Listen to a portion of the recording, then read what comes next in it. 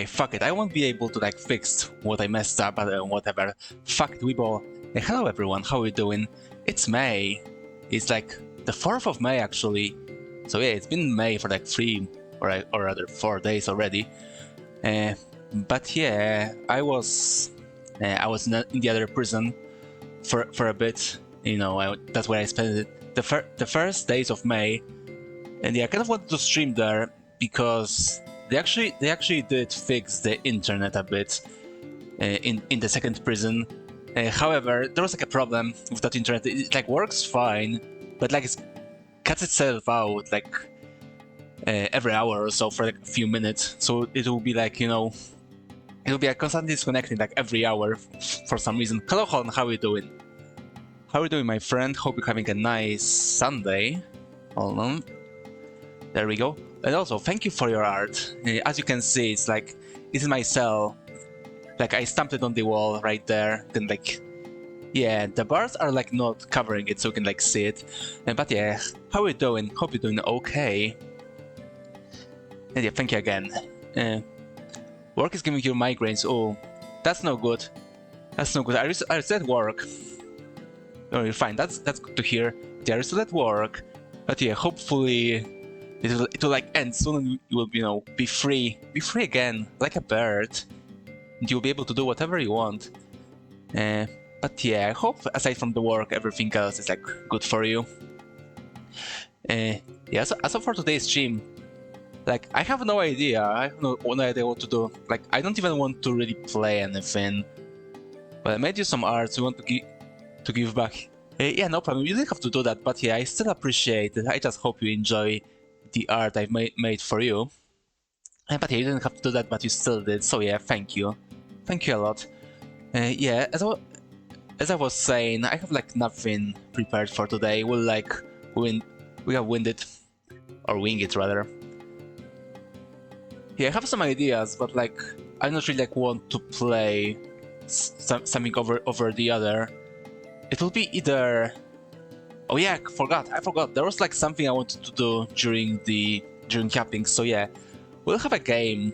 We'll have a game during Hurry Up. So let me just open it up. Yeah, you'll see a widescreen for a bit. As always, it will be a bit covered. Yeah, there will be like a game. I'll be like playing shit in the background. But it won't be important. It'll be like a yapping stream, at least for a bit. But yeah, we'll play some Path of Accra or Accra. Yeah, I think it's called Path of Accra. Hold on, I'll put it like here. Oh yeah, this is nice. This is quite nice. Yeah, I really like this game. It's really fun, and you'll see very soon. It's a very simplistic roguelike RPG, which is basically about building broken characters. And yeah, I really like it. I like bought it on a whim. I like saw people were recommending it, and you know I decided to like pick it up.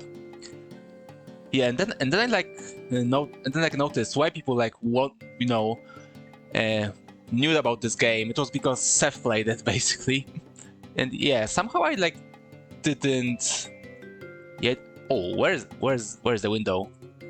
What is it back? Yes, we're so back. But yeah, Seth played it, and I don't know. I never saw that video before I bought the game. Like I don't know. I guess YouTube didn't put it on my subscriber, or you know, what's it called? Subscription list. Yeah, I think that's how it's called originally. But yeah, this game is really fun. I didn't play it that much, to be honest, but still, what I've played is, yeah, I played like, how much I played? Oh, I didn't play an hour of it, but so I really like that. It's like a very mindless game, which you know is, I mean, it can be like, you can like play it with like your mind, with like using your brain and such, but I won't be doing that. As I said, I'll be winging it, so yeah, while I talk, we'll play some game.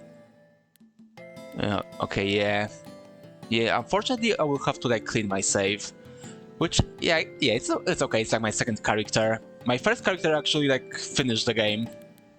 Let me just clear the save, there we go. Oh, I can still load her. Okay, that's good. Uh, but yeah, I did manage to finish the that's the first. Yeah, that's the first race I picked, and the class and the god. So yeah, that's basically what I used to finish the game for the first time. But yeah, I want to check out something different. Yeah, basically this game had like a lot of lore and stuff like that. An elusive scout from the underground tunnel halls performs wild evasive movements. Yeah, I don't know. Do you want evasive? Or do you want to play a guy guarded by a woolly beast? I don't know. But yeah, basically this game, like, you get like very, very powerful, and that's basically the goal, and you like absolutely smash through the entire game. It's really fun. Even though I didn't play it that much, I said like really like it. It's a good game to like yap through, since I won't have to think too much about it. Okay, yeah, so Amir. These devout followers in the path of Akra. Also, it's like a summoner. Yeah, because you can. Even on my first character, I think I accidentally made my characters that they would like summon something, but yeah, I don't know how it really works. I want something more direct. Okay, so maybe let's do the magic build, I guess. And is it like someone better at magic? Or a hunter? This one is good. And maybe this guy. This guy looks cool. Okay, yeah, that's like, or maybe not. This looks like a. Yeah, this looks like something for a tank build, which is accidentally also like my first build. It was like a really pretty funny when I like first played this game, since I like played a tank, basically a tank warrior, and I don't know what happened, since I either use a skill, I either like took a skill without like reading all the the whole tooltip, or I had some item, like put it without looking at it. But yeah, basically my character was like constantly spewing acid at enemies. So yeah, but basically what I did, since my character, I built it had like a skill that it would accumulate poise, and it would like get more armor. The more they like stand their ground, basically they like stand in one place, and they accumulate more armor, and they become very, very tanky. So yeah, basically my tactic that I wanted to do was just stand my ground, let enemies come to me, and then smash them. And to do that, I think it was space. That was a shortcut, which I thought was basically like just stand in place and um, basically wait a turn and wait for the enemies to attack us. So then my character would counter attack. And basically I managed to like finish 90% of the game that way. And what I realized why that was happening after a while is that basically my character that hotkey I used, which was space, it didn't mean like skip the turn. What it meant is that stand in place and do nothing. So basically my character was like, as I said, accumulating a lot of armor, and like wasn't fighting back when the enemies attack him, because as I said, he was just waiting the turn. He wasn't skipping it, he was just waiting during that turn. And what happened is that all the enemies like came to him, and then they just became destroyed by the acid that was spewed by my character. As I said, either because of an item or a skill. Okay, yeah, it seems like I'm audible enough, so that's good. But yeah, basically I managed to like finish the game with my or almost finish the game, because eventually I like realized I need to attack as well. But basically my character managed to kill almost everything the land throw at them with literally doing nothing. He literally like just stood and waited, let the armor like soak up the damage, and like all the enemies were just dying. And as I said, he didn't do anything at all during that time, which I think was very, very based. Okay, hold on, I'll try to do what I wanted to do once again. Maybe this time it will work. Let's see. Hold on, I'll be back with you in a bit. But yeah, basically, as you can probably hear from that weird story. Yeah, that game is very, very fun. It's very, very silly. I mean, I guess you can like play it like a normal RPG, I guess, but I think like what makes this game fun is just basically what you can do to like break the balance and such, which was like fully intended by the developer to like for you to do. It's like I'm pretty sure that's what the game advertises itself as, basically as a destruction simulator. Hold on. Yeah, let me check my topic. It's been a while since we did a Yapping stream, right? So yeah, of course I have my topics, because I'll die without them.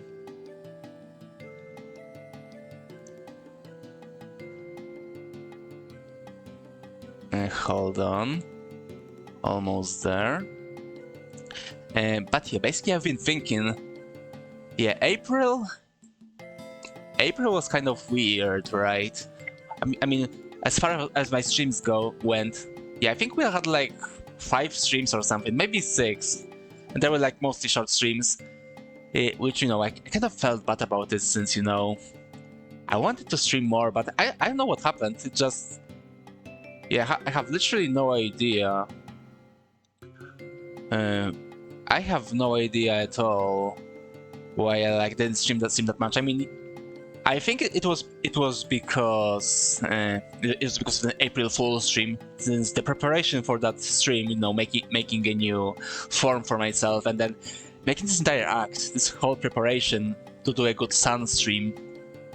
Yeah, I think it took a bit too much of me, even though, you know, it wasn't that much work, but still, it just kind of happened. I don't know. But yeah, I'll try to like go back to like you know, usual streaming hours as we used to do back before I lost my job. Yeah, or rather, before I got a new job. That is, because, you know, after I lost it, I still had I had even more time to stream. But yeah, I was like trying a lot of. Yeah, I kind of needed some time to get used to my new job, because, you know, I need to pay my debts, right? And yeah, I think it's 3 months. Yeah, it's like 3 months. I think 3 months is like enough. I think it's like enough for this period of like nothing, right? I think we can start to, you know, come back to normalcy, you know, as much as normal those streams are. Yeah, most of those streams they were like full guerrilla. They were like almost never planned. They were like, you know, I kind of felt like streaming that day and I streamed. And yeah, I think I kind of want to return to maybe not a schedule, but like, you know, consistent streaming days. I think it will be better. Yeah, I think also about organizing this stuff, since I also already forgot all the almost all the games I've played, aside from like Promise Mask Agency, but like everything else, like forgot what I like been ongoing for streaming, right? Yeah, I remember Intravenous, but it's been a while. I may have to like replay it again from the beginning, especially since the first game was like remade in engine, or in the second game's engine. So it may be a good, it may be like a good way to return to that game. But yeah, there's also Desperados. Yeah, I still want to play Desperados as well, so that may happen as well. But, you know, it's a tactics game, so, you know, I need to actually think about what I'm doing when I play those games, which, you know, is a bit hard, especially with me, because I'm very dumb. But yeah, I've been thinking how to organize that. I think a good way to go about it is basically doing like we'll make it a bit thematic, right? So basically, I think we have like a day, or we have like 3 streaming days as always, maybe more, maybe some guerrilla streams as well, because, you know, they're fun. It's fun to do them, but still, for like organized stuff, I think we can like do 3 days again. I think Sunday, so today, then Wednesday, and either Friday or Saturday. So basically how it used to be. And yeah, I think Sunday will be also like reserved for collabs and such, because that's generally when Ramnar wants to do Age of Mythology. Also, I need to like, yeah, first I need to give him a shout out, and then I need to like talk with him, so I'll know when we play the game again. But yeah, all of you follow Ramnar. He's a cool guy, even though he's a bit bald. Anyway, so yeah, basically what I want to do.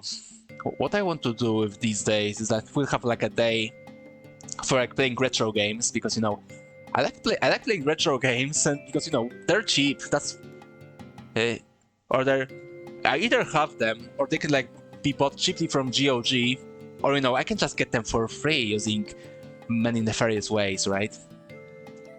Yeah, maybe we can also like cycle it with like playing RTS or something. I don't know yet. Yeah, another day we can do is like a day where we play either indie games or like slop, basically. And yes, I understand that they like just put indie games and slop at like the same level, and you know that's like planned. Yeah, that wasn't a mistake. That was like what I wanted to say. Because you know how it is with indie games these days. Just because a game is indie doesn't mean it can be a slop as well, right? But yeah, I have some ideas about what to play. Maybe not for indies, because yeah, I have like a lot of indies to play as well. But yeah, about slop, because you know, sometimes slop is tasty, and you know, it would be good to play some slop for a while, like you know, experience something a bit sloppy, so we can appreciate a good stuff a bit more. And you know, it's just a good time waster. It's sometimes what I need. I just need something to relax, I guess.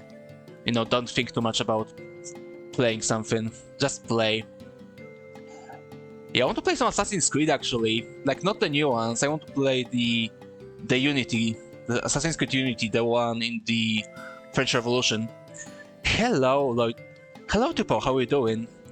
How are you doing on this nice May day? This person on VTuber isn't just chatting while playing his game. Well, actually, I'm not really playing the game. This is like a yapping stream. This is just, you know, this is just for something to watch. But hey, how are you doing, Potato? Hope you're having a very nice day. A nice Sunday. That's right.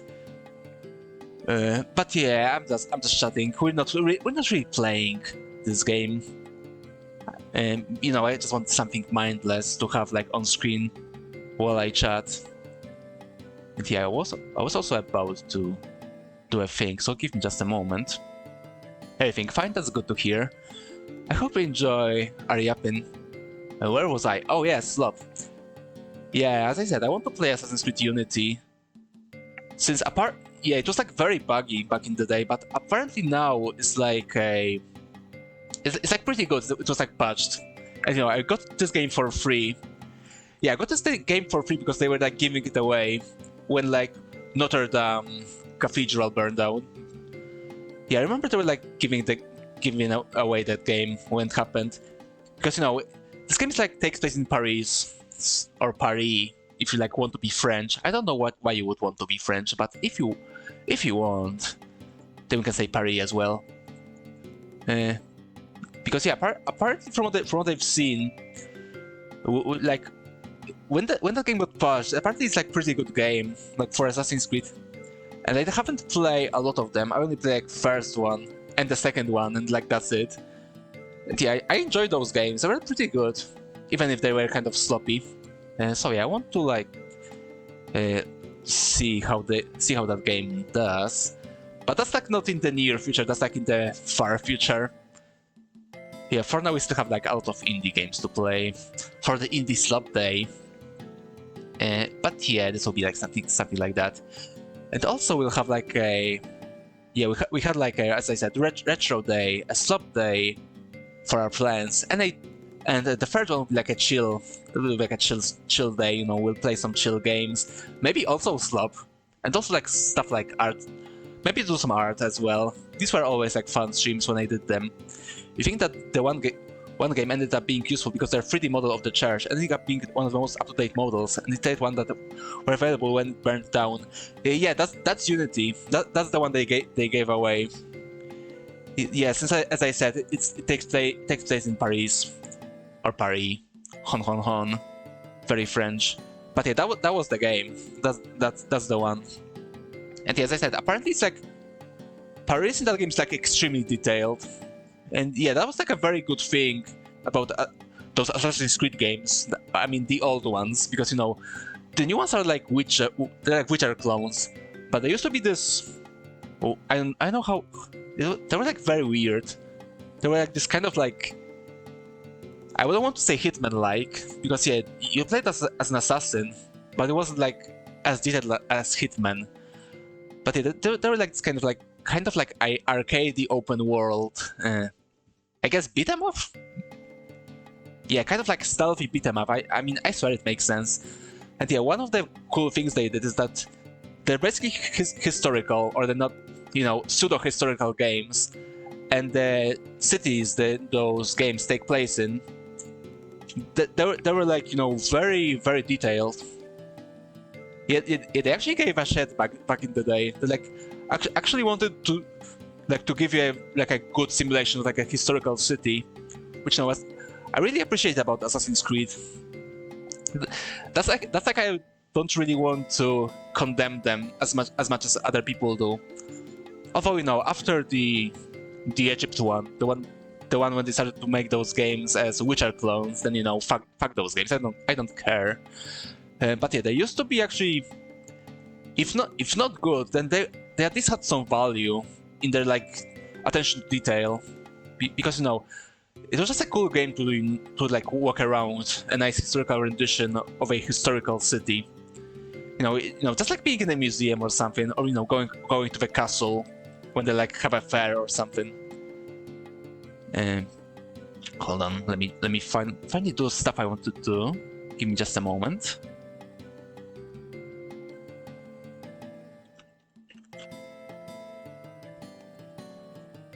Okay, that should work. But yeah, as I said, to summarize, I want to make the streams more organized again, since it's been way too long. These last 3 months were kind of chaotic for me in like many ways, so I kind of want to go back to normalcy. Yeah, even if I do, there's like a issue that I may not keep my job, since my contract is like almost done. It's like finishes up in like 20 days or so. But maybe they'll extend it. So, you know, if they do, then basically we're so back. I will also get home office privileges, so I'll be in a better state to like stream in general. So yeah, it'll be nice, basically. Yeah, basically we're not so back yet, but we'll be so back very soon, and that's what matters. And also, since we have these, from now on, since we have this indie game or a sub day, yeah, either indie or sub day. Yeah, I'm really proud of this connection I made, but still, yeah, I want to bring back those old indie game showcases I used to do, or I like did 2 of those. And okay, maybe 3 if we count the forest stream that I also did back in the day. But yeah, they were always fun. But the thing is, they're kind of tiring, since, you know, I had to play like 3 games for like pretty short time. Yeah, I think I had like an hour for a game, which, you know, it's not really enough to give them justice. And, you know, when I like play games, I like to focus on them. But still, those showcases are fun. And as I said before, I had like 3 or 4 groups of those games already prepared. So yeah, I need to like finally do them. Oh, and also, yeah, I still remember I wanted to do the game development streams. But yeah, I don't know. I don't know about this, since I'm afraid I already make up forgot like everything about Unity since last time, and yeah, I'm not really into starting again. Yeah, basically I need the idea if I want to like develop something. Maybe we'll finally do that source mapping stream, but only if I get an idea. But yeah, it would be nice. Yeah, we'll see, we'll see. Yeah, what else? Oh yeah, I've been thinking about Oblivion lately because of the remake. Since yeah, I don't know if you guys know, but yeah, we had like we have a singular Oblivion stream, which wasn't really like fully an Oblivion stream. It was like yeah, it was like combined with like Soul River, and we played like maybe 2 hours or maybe even an hour of Oblivion, and we died in the tutorial, but that's like a different that's like a different issue. But yeah, basically that would be a good choice for like a slop stream, right? Hammer is a fun map maker, Source is Kino. Yeah, it is a fun map maker, but it's also oh god, Hammer. It's absolute jank. It's absolute jank. It's a kind of a torture to use. I mean, as I keep saying, as much as Source is like a soulful engine to like experience when playing, using Hammer is pretty bad. I mean, yeah, I'm pretty sure Hammer is like the only map editor I know, and that basically has like a different forks of it, or not even not like a forks. It has like a remade versions of like the engine, right? They're like made by fans, which apparently is like much better, but like costs money, so I don't want to pick it up. Yeah, I think it's called Jack or something. But yeah, Hammer. Yeah, believe me, as someone who like used that engine before, someone who used Hammer, it's not a fun tool to use.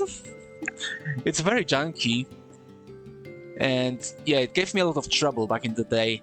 And yeah, I will like tell you all about it when that stream actually happens. But yeah, let's just say I lost so many maps. I lost so many maps because something broke during compilation and like corrupted the entire map file, and it was unrecoverable. It was like so over. And yeah, it wasn't fun. It wasn't fun to work with it. But yeah, I liked using it. I mean, when it works, it's like fine. But the problem is, it doesn't always work. Or rather, it's pretty rare when it works, and like there's nothing wrong with it. So yeah, hopefully it will happen one day. But yeah, as I said, as I keep saying, I need a good idea to like actually give it a nice shot. And also going back to Oblivion, yeah, kind of like wanted to return to that game. But yeah, since the remaster came out, I'm not sure if like people want to actually watch Old Oblivion since the remaster came out. And yeah, I can't play the remaster version because first it's UE5, so it like work like shit. So that's like the first issue. The second one is it's like 100 gigs or something. So yeah, that's out of the question until I get a new PC. So yeah, that won't happen. Maybe a different The Elder Scrolls game. Yeah, I don't know about Skyrim. Although I want to kind of want to play it, just not now. I'm like not in the mood for Skyrim at all. So yeah, maybe like next winter. Skyrim is like a good winter game, right? It's like a good game to play during a winter, I believe. But yeah, now we're getting to summer, so that won't happen. And yeah, different. There's also a different option. Daggerfall. No Daggerfall. At least not now. I'm really not in the mood for Daggerfall. I'm sorry, not now. But I do. But I'm in the mood for Oblivion. Oh, not Oblivion, sorry, Morrowind, the third one, because it's like my favorite one. It's like my favorite The Elder Scrolls games, and I can't really hide the fact that it might be my favorite The Elder Scrolls game, because it's basically like the least like The Elder Scrolls game. Like Morrowind is basically like a game from different series, it just like has the name of the Elder Scrolls. Because Elder Scrolls is like games about very large worlds and such, and Oblivion is like not like that at all. Not Oblivion, Morrowind. I'm sorry, I just keep confusing those names. But yeah, Morrowind is the world is pretty small. That's one thing, but like very well designed, and I'm pretty sure you can be like a. Okay, yeah, you still can be like a leader of like all the guilds, but you at the very least can only select like one group or one house. So yeah, there is still like you basically can like do everything in one playthrough, which I always appreciate. I always like find it very stupid about the Elder Scrolls games that you can basically become a leader of like all the guilds, which like makes no sense for me. That's why I also like that's why I like Gothic as well. It's like this old German RPG. But basically, what Gothic did is that it allowed you to basically choose a guild, and then you will have to stick with it. Which I like when the games do that. I don't like when they just allow you to do literally everything, and the game has to offer in one playthrough. Because it's supposed to be an RPG, and RPG is all about role playing, and yeah, basically like when you become a leader of literally every group in the game, then it's hardly believable for me. I guess that's a good way to put it. Okay, this still won't work. Fuck it. Yeah, I won't be able to do what I wanted to do. Whatever. It's just life. That's what happens in life, right? Also, I may like switch a song for something else. Hold on. Yeah, let's do this. It's also from not Soul Hackers, the Devil Summoner. Yeah, this game is still not translated, unfortunately. Yeah, funnily enough, I'm pretty sure it has like Spanish translation, but not the English one. And I haven't become any better at Japanese, which is still 0. Yeah, it's basically my level of Japanese, which is none. Oh yeah, there was also the different Elder Scrolls-like game called Tainted Grail. Yeah, when I played that, it was like really fun, but first thing is that it's still not done, from what I understand, and the other is again Unreal Engine. Yeah, even though it's like kind of worked for me, but without streaming it, so I'm not sure if that when I like streamed it, if it like burned down my PC. It's like very possible. It was like still on like very low detail. So yeah, I'll leave that one for when I have a new PC. Hopefully next month. Next month. So far I'm just hoarding money basically to buy like a nice PC, like at least last me for a few years. So yeah. Thankfully the technology is like very slow right now. Yeah. First thing is that it's pretty slow, and the second one is they're very expensive. So I'm pretty sure like developers like try not to make their games too unoptimized. So at the very least, like the medium rigs can still play them. So there's that. Since as I said, it's very expensive, and people are not getting any richer now, right? So it's like not a very good business decision for them to like make games require like an absolutely new hardware, right? I mean, they would like to do that since they really hate optimizing their games, but still. What was that rant about? I don't know. Oh yeah, about Morrowind. Coming back to Morrowind. Yes, I said, I kind of want to play it, but not the actual Morrowind. I actually want to play it with Tamriel Rebuild. Yeah, I think that's how it was called. It's like this very old mod that's basically trying to bring the entire continent of Morrowind to the game. yeah, it's like a very old mod that is like still updated to this day because it's unfinished. Because it's like just so much work. It's just so much work to like create it, right? And yeah, it's still not done, but a lot of content was like already made. Yeah, I'm pretty sure this mod is like at least 10 years, maybe like 15 or something. I don't know, I don't remember. But yeah, I want to play it since I never actually did. Since I never really liked Morrowind for like a lot of years. I mean, I did play this game as a kid, but like I didn't really enjoy it back then since yeah, basically I played Gothic before Morrowind. And unfortunately, I think Gothic basically destroys Morrowind in a lot of ways. It like just does a lot of things better. Like first, like the story, the immersion, best viewers. How about no? How about no? I already have best viewers. Fuck off. And there we go. The bot has been destroyed. Beautiful. I love when that happens. But yeah, back in the day, I never really like got into Morrowind.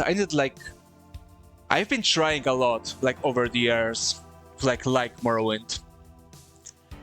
Hey, why are you so sad, Tupo? As I said, I already have best viewers, and that includes you. So yeah, I don't need it. I don't need anymore. But yeah, back to Morrowind. I did play it a lot, or rather, I did try a lot to get into it over the years. And yeah, a few years ago, like 3 or 4 years ago, I tried again and it finally clicked. So I still haven't finished it. Yeah, I still haven't installed. I still have the same save, but I didn't finish it. But I did. Yeah, I did finish the Fighters Guild. I did finish the house. I can't pronounce it. One of the great houses. And I did finish the Imperial Cult, I think. Yeah, I think that's what I did.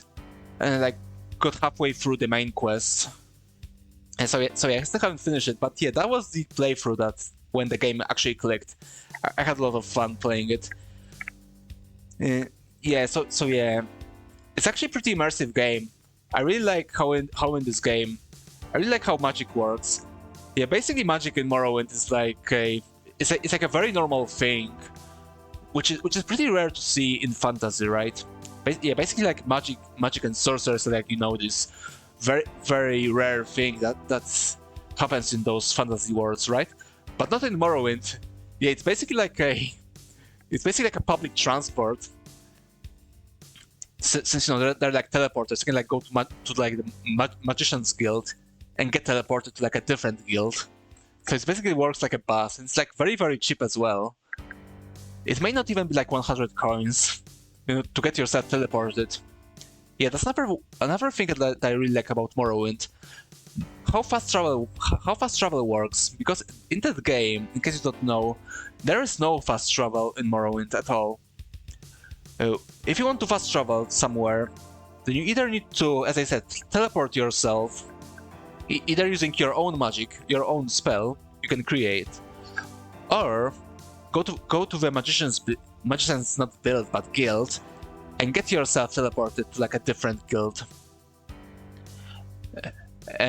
So yeah, it's either that, or use a Stealth Strider, which is this bug creature in Morrowind, and it basically works that you can get yourself and you can travel with that. You can like pay to travel with a Stealth Strider. However, you can like only travel to like a certain points, because there are some cities and villages that doesn't have any Stealth Strider points.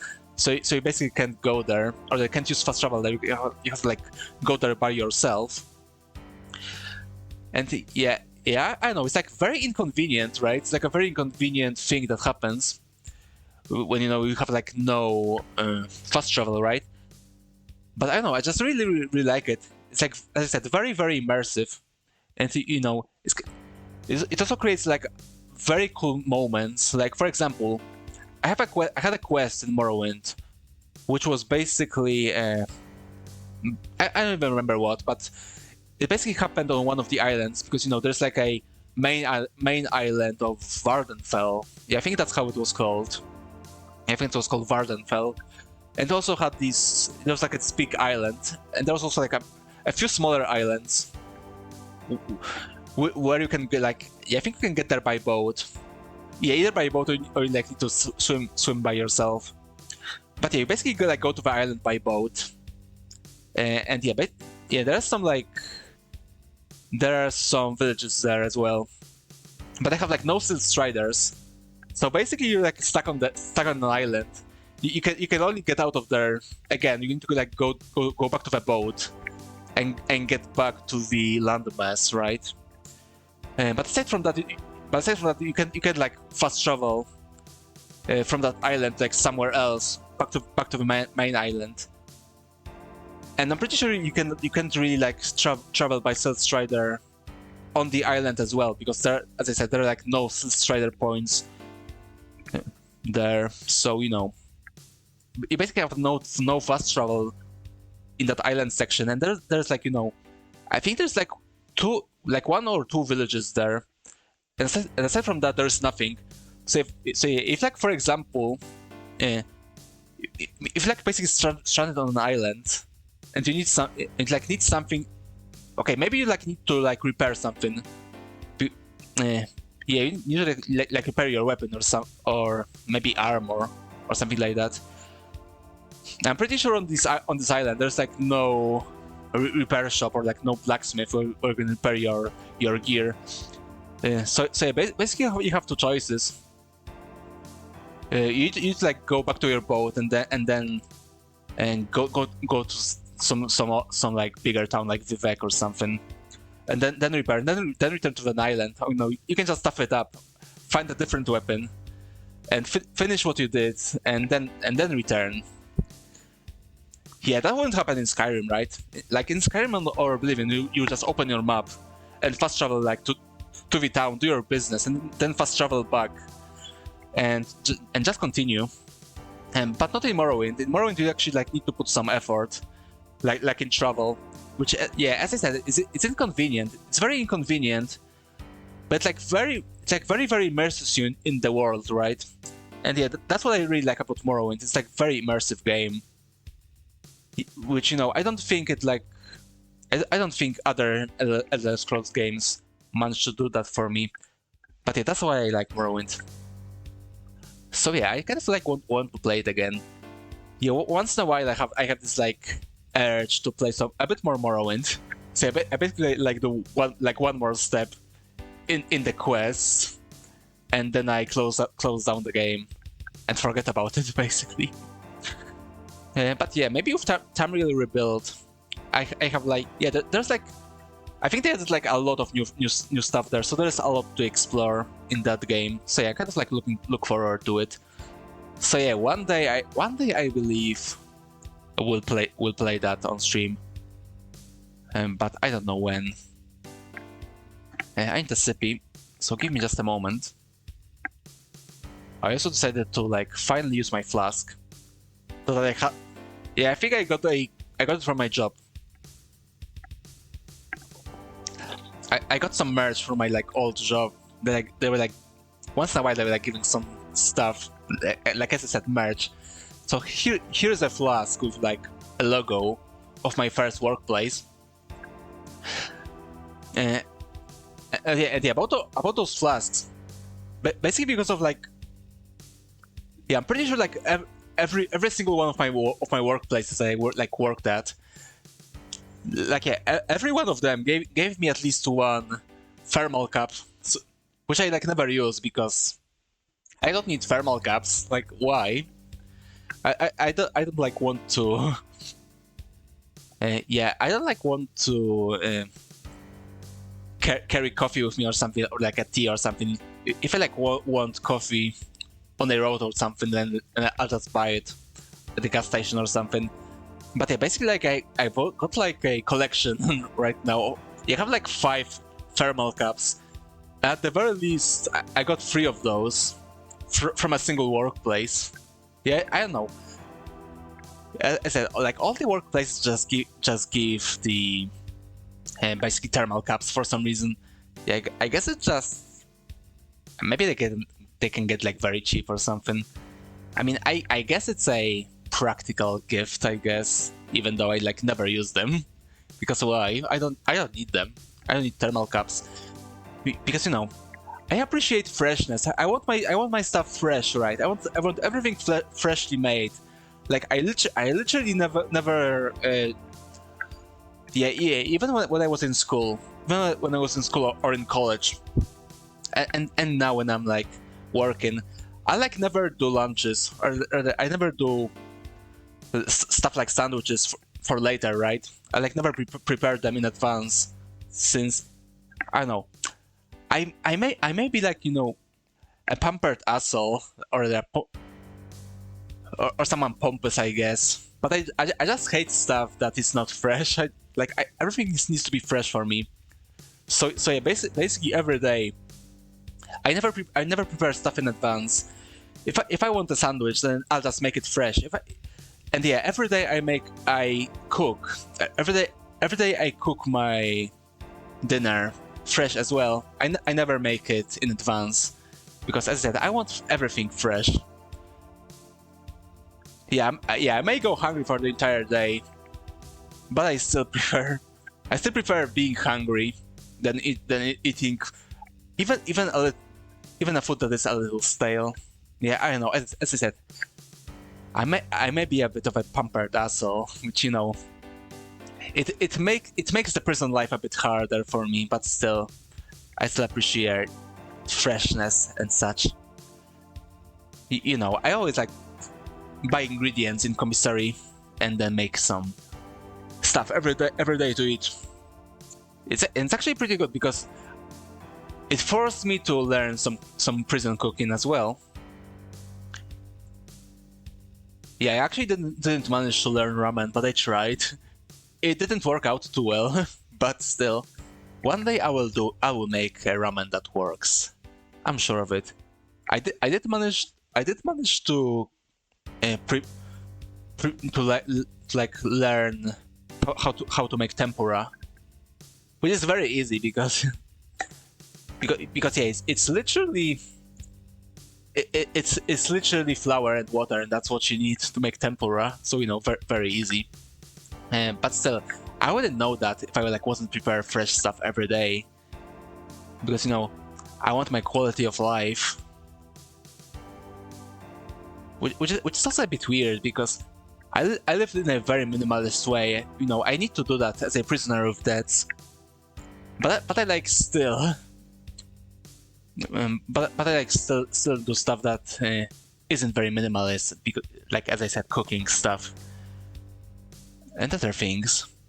Jesus, I've been really yapping. Yeah, I've been yapping so hard. I didn't even use my topic list. It's so over. Yeah, there is still there's still some stuff to talk about. Oh yeah, finishing up the Elder Scrolls section, because yeah, I forgot. Yeah, we've been talking about that Oblivion remake. Yeah, I can't really say anything about its quality, since I only watched it on streams. Yeah, watched it a bit on streams and some videos and such. I didn't play it myself, as I said, because UE5. Yeah, a lot of people like this game. I did see not a lot, a bit of criticisms, because apparently it's actually slow. Yeah, it's actually slow, but, you know, because of nostalgia, a lot of people seem to like this game, and, you know, ignore a lot of stuff. Yeah, do you remember where people were boycotting Bethesda after Starfield? After Starfield and Fallout 76, they decided, no, Bethesda is bad, and they will boycott it. But then Oblivion Remastered came out, and people suddenly started to yeah, basically that game came out, and suddenly Bethesda is not bad anymore, and Todd Howard is good again. Which, you know, it's a bit sad, because yeah, as I said, first thing is that it's not like a new game. It's like a remake of an old game, so you can say that the Bethesda sins or the Bethesda's new sins are like still a thing that happened, right? They're like they weren't washed by this new game or this new old game they re-released, right? Which I'm pretty sure was like also not made by Bethesda. It was like made by an outsourced studio, right? And so yeah, apparently some people say it's flop, and I want to agree. I want to agree with them because yeah, it's almost a fully priced remake. As I said, an old game that was just re-released, which is like much bigger in size. I mean, because as I said, 100 gigs. The original game had a 5 gigs or so, but I can't really criticize them because I bought Dark Souls Remastered twice, once on PC and once on Nintendo Switch. So I can't say anything, especially since as I said, I haven't played the game. I haven't played Oblivion Remastered myself. Mainstream never cares about companies that much, only gamers, so the Bethesda drama, and even that was a long time ago, in like 2018 or 19, when they made their space game, they were already forgiven. Yeah, wasn't Space Game like 2 years ago or something? But yeah, there was like this very big drama about Starfield, from what I remember. A lot of people were like very angry about that game, which, as I said, I never played it as well, because I don't like Bethesda games. Or I don't really. I mean, I enjoy them if I'm in the mood, but it's not like a game I'm a fan of, right? Yeah, the only Bethesda game I ever complete was Fallout 3, and that was because of the Fallout part, not the Bethesda part. Yeah, I'd say like Fallout 3, for like all the things it like did to like flanderize the series, it was like still a good effort. Like yeah, it was like a pretty bad RPG, but it was like pretty fun to like walk around the world of Fallout. That's like one thing I liked about that game, because I liked Fallout 1 and 2, and Fallout 3 was yeah, it gave it like a pretty good rendition of like Fallout world. It was just fun to like walk around that world, in full 3D. Which it was pretty impressive. Like in that 2008 when I played that game first, and I was a child as well. I was still in elementary school when that game came out. So yeah, I really liked stuff about that game. Yeah, combat was pretty bad, but it was like very bloody and gory, which a lot of games in that time period like weren't really that gory. So yeah, as a child back then, I really liked that. But yeah, when I like try to replay it for Fallout 3, I just couldn't. I just couldn't. I like always stop very early, like right after exiting the vault. Yeah, I much preferred New Vegas. New Vegas was like really good. I may also say controversial opinion. Yeah, it will be a controversial opinion, but fuck it. New Vegas is like the only good game that Obsidian ever made. Like everything after and before that, okay, maybe KOTOR 2. Maybe KOTOR 2 was also good. But yeah, everything aside from New Vegas and KOTOR 2, what can I say? It was pretty mid. I'm sorry. Obsidian was... It was never my favorite. Especially now when like... Yeah, they lost Chris Avellone. Yeah, which was the writer for New Vegas and for KOTOR 2. Maybe one of the best video game writers in the world, since he was the guy that did Planescape Torment, and yeah, he left Obsidian after some drama as well. So yeah, I don't think he's ever coming back. And yeah, apparently they're like not doing pretty good. I've heard Outer Worlds, and what was that new game? What was that new game that everyone hated? I want to say Avowed. Was that the game? I think that was the game. Yeah, I think it was Avowed. But yeah, apparently it's like... yeah, I don't know. I have no idea nowadays. Like, everything is so sensationalized, right? Like, the game like can't be mid anymore. It has to be like horrible. Like, yeah, nowadays the games are like either horrible, like absolute garbage, or they're like amazing, like the best game ever made. And it just makes it so hard, uh, like understand if the game is like worth playing or not. Since as I said, it just can't be. It just can't be it's just not possible. It just can't be possible that like literally every game that like ever existed ever, or like it's like coming out now. It can be like half of the games are like the best things ever, because there can be like only a few games that like very, very exceptional, right? And the other half is like absolute garbage. Hello, Bloodblonde. How are you doing?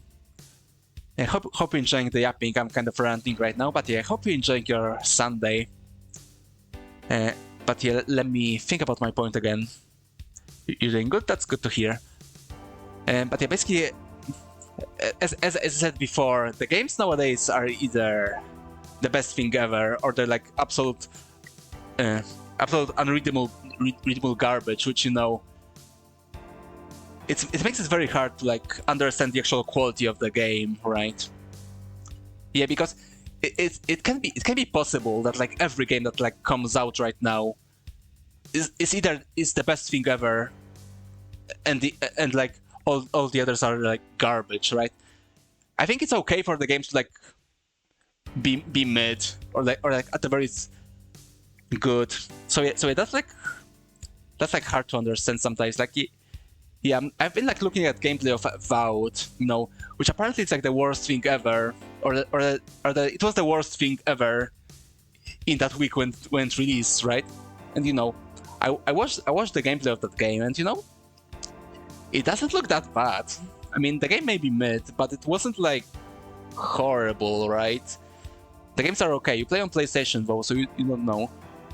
Yeah, as I said, it's okay for the games to like be okay. They don't have to be the best thing ever or the worst thing, right? Like for example, also while we are at the Obsidian part, or the games made by Obsidian, like yeah, do you remember that their other game called Outer Worlds? Not to be confused with Outer Wilds, but yeah, when that game came out, Outer Worlds, this was like another Obsidian RPG. That was kind of like spiritual successor to New Vegas. And that game, when that game released, it released like very, very, very, very close to when Fallout 76 released. And Fallout 76 was also coming back to like Bethesda, because we've been talking about Bethesda a bit before. That game was like absolutely panned. Like everyone said, after that game released, everyone said like Bethesda is like the worst company. That week that was released, as I said before, yes, they were saying Bethesda is over and Outer Worlds is like the game. It was like Bethesda killer, right? It was like they showed Bethesda how it's done, or the Oblivion showed Bethesda how it's done. And here we are now, as I want to say 6 years after that game released. And who the fuck remembers Outer Worlds right now? Like, no one remembers that game, but people like still remember Fallout 76, and it even has Defenders now, so you haven't played any of these games, but you heard of both. Yeah, same here. I don't. You haven't played them, but I own Outer Worlds since it was free. It was like free on Epic. I actually want to stream it someday. Yeah, we'll see. But yeah, as I said before, it's actually kind of funny, like that we have like two games. One was like Outer Worlds, which was like very, very, very put on a pedestal, and then they made Avowed, which people like very much said it was the worst thing ever.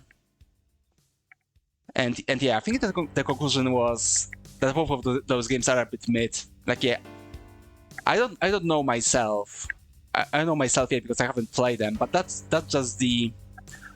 just what I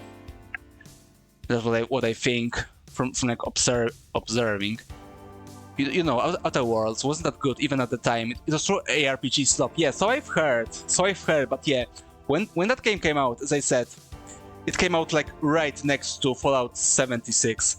So yeah, a lot of people just wanted to stick it to Bethesda at the time. You think Fallout is remembered because it's a massive franchise, and the game was a disappointment. Yeah, I think that's part of it as well. Hello, Karen, how are you doing? Hope you're doing okay. Let me just give you a shout out as well. Also, did I shout you out, Tupo? I'll do it. If I didn't, I'll do it in a bit. But yeah, that's right. Fallout is like a big franchise as well.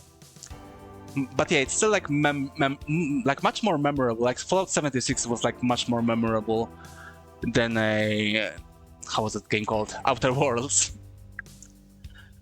But yeah, I did hear that Outer Worlds, you know, after all that hype dies down, people started saying it's a bit mid. Also, thank you for the follow, Blood Blooms. I really appreciate it. I hope you enjoyed the stream.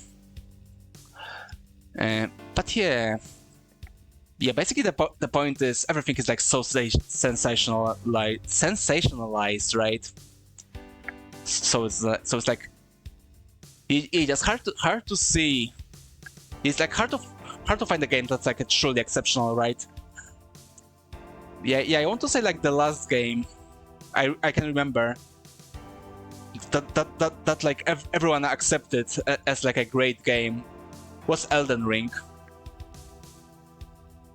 Yeah, I think people like still.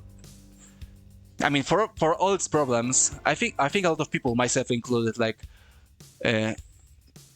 can agree that Elden Ring was like very great game. Not even good. It's just like a great game for all its problems, because it has a lot of problems. And maybe now that new Claire Obscure game, which I haven't played myself.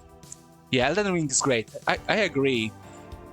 I actually been playing Elden Ring recently. Yeah, I've been like playing it yesterday. Yeah, I started a new character. Wait, what are the problems with Elden Ring? Yeah, I don't really enjoy bosses in Elden Ring, I have to say. Like, I love the exploration and dungeon crawling in those games. I love the combat as well. Combat is great in Elden Ring, with like all the choices you have. I just don't really enjoy bosses. You know, I'm more of a Demon Souls, Dark Souls 1 kind of guy. I like never really like what happened with From Software games. With the basically after Bloodborne, I don't really like their new more action thing they've been doing. So yeah, I don't really enjoy bosses in Elden Ring. Elden Ring's last fair is empty. Yeah, that too. The two consecrated snowfield wasn't great. It was like a really Dark Souls 2 moment in that game. Can you know where I'm from? You already heard this accent so many times. Yeah, it's a regional thing. It's basically Europe. That's where I'm from. Also, let me give Tupo a shout out as well. There we go. But yeah, as I said before, I really like basically I like everything in Elden Ring aside from the bosses. That's one thing, and the other is the very last part of the game. But yeah, aside from that, the game is great. You got absolutely no idea what's happening while you was playing Elden Ring, but you loved it. Yeah, that's a good way to put it, actually. Yeah, it's a very big game, right? So it's like very easy to like get lost in it. But yeah, I still loved it. It gave me a lot of the same feelings that the first Dark Souls gave me.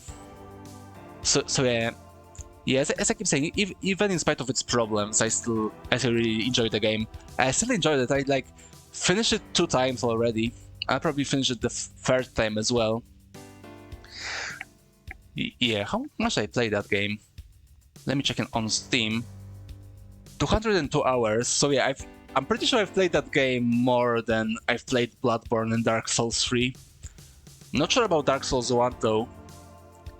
Yeah, I may have still played more Dark Souls 1 in total. Yeah, that might be close to 300 hours or something. Since I've played Dark Souls 1 on like 4 different platforms. Yeah, I played it on PC. Yeah, I played on PC, both the Prepare to Die edition and the remastered one. I played it on Switch and I played it on the Xbox. That's actually when I first got the game. I got the Prepare to Die edition on the Xbox 360, and I love the game. Dark Souls 1 is great. Like, I mean, if you were here before, then I think you know that, right? Since I've streamed the entire game in one sitting. You mean you finished the game while level 46 was getting 2-shot every boss, but you legit don't know you could level up. You beat the first 2 bosses, then you realize you can level up. Yeah. There was like this thing about Elden Ring that I'm pretty sure it doesn't let you level up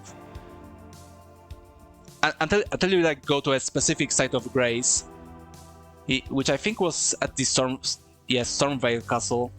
Yeah, or right before the gate. For some reason it's like very easy to skip the option to level up, because you know, I don't know why they did that. I don't know why they like only allow you to level up but like go to the, I think it was like Gateway Site of Grace. You didn't even know there was a mount until you beat the first boss. Yeah. That's the thing about this game.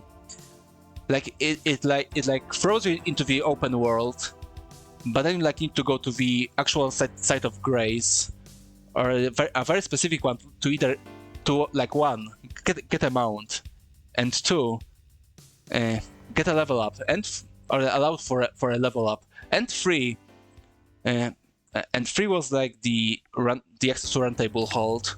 You saw YouTube vid and it was like, wait, how do you have a horse? Yeah. As I said, yeah, I'm pretty sure I also like spent like my first 5 hours of the game like having no horse and no level up, because you know I went to in the absolutely different direction of where you were supposed to go. Yeah, I think they were like relying on people basically using the you know, that light that emanates from the site of grace that like points you in the right direction. I think they were like thinking that people would want to explore on their own. They would like just follow the site of grace. So yeah, that may have been a reason. But yeah, it like really sticked out to me when I played it a few days back, because you know, I started a new game, and then I was like really annoyed because you know, I had no horse, I had no level up, and I tried to remember which sites of grace you need to visit to like get them and you know, start playing for real. You open the chest and got transported to hell. Yeah, that's like a memory like everyone has. Yeah, I really like when From Software do that. They did something similar in Bloodborne. When in Bloodborne, when you play Bloodborne, you can get killed by one enemy, and then you will be transported to a different location. When you know, and then you have to find a new lamp to like teleport out of there. So yeah, I always like when they do that. I always enjoy those moments. They were really cool. You were lucky to avoid the meme chest first. Yeah, that's the thing about Elden Ring. Like, this game is like just so big and so open. Like, basically everyone has different memories of their first playthrough. So yeah, that's very cool about it. Yeah, I can't wait for a new From Software game after they're like done with those 2 multiplayer games they like making right now. Although I will play and maybe stream the Elden Ring, that new Elden Ring multiplayer game. I won't be streaming Duskbloods though, because that's, you know, the new Switch 2 game they make. Because it's also multiplayer, and no way in hell I'm buying a console and then pay for like online access. That's not happening at all. Like that won't ever happen. I never played for Nintendo subscription, and I will never do that. But yeah, Yeah, I think there was a reason why they like announced Duskbloods on that Switch 2 presentation.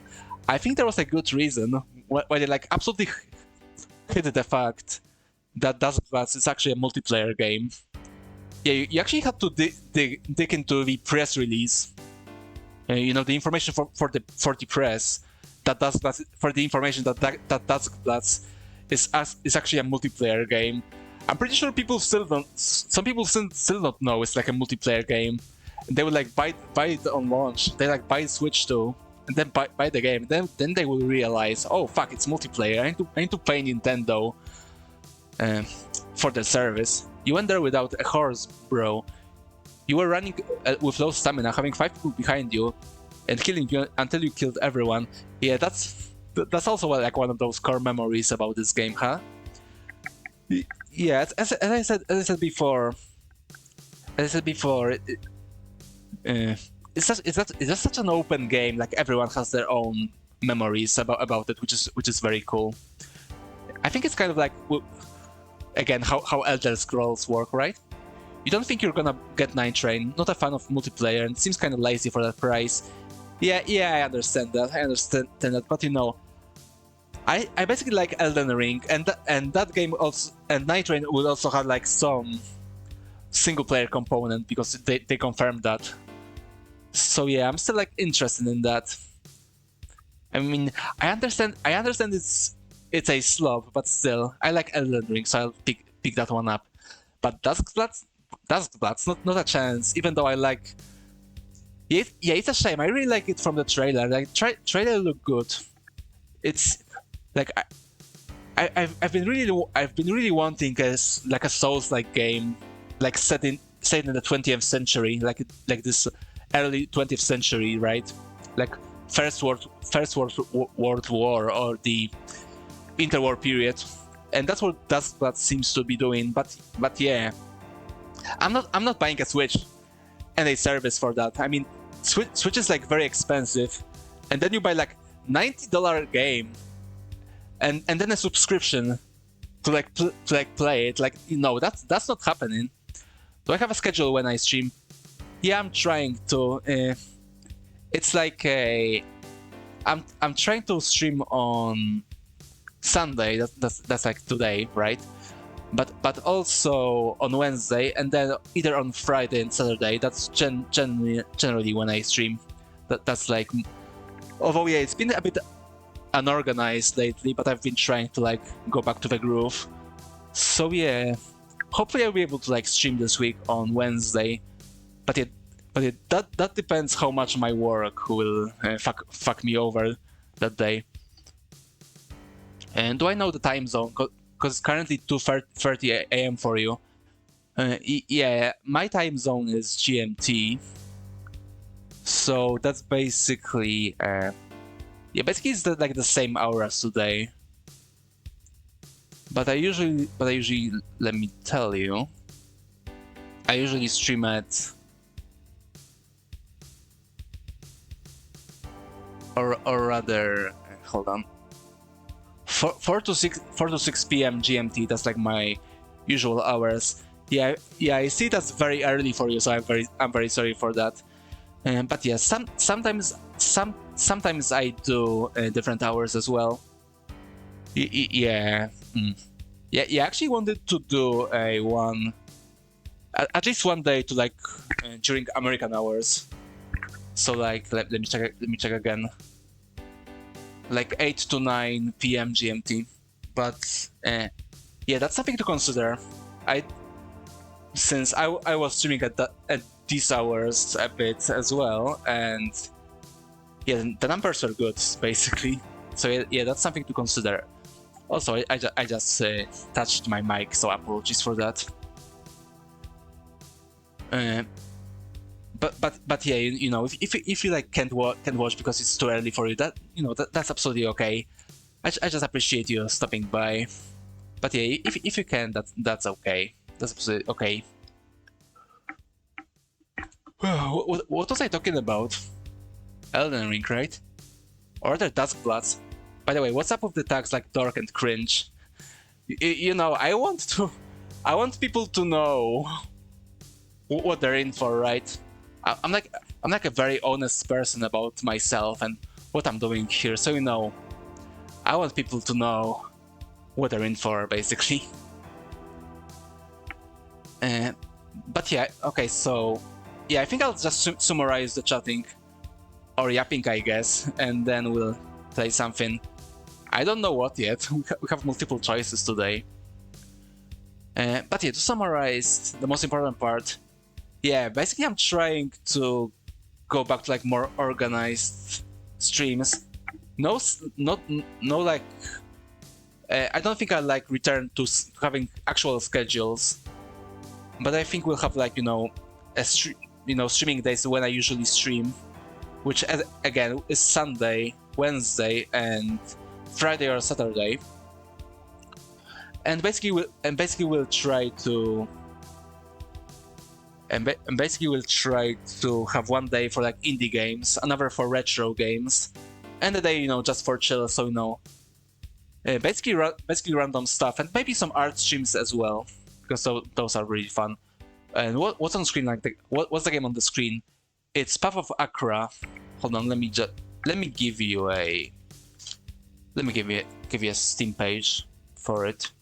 It's a really fun game, and we ended up like not playing it at all today. It was like supposed to be just for yapping. So yeah, let's return to myself for a bit. Let me just get out of the game. And yeah, let's find something to play.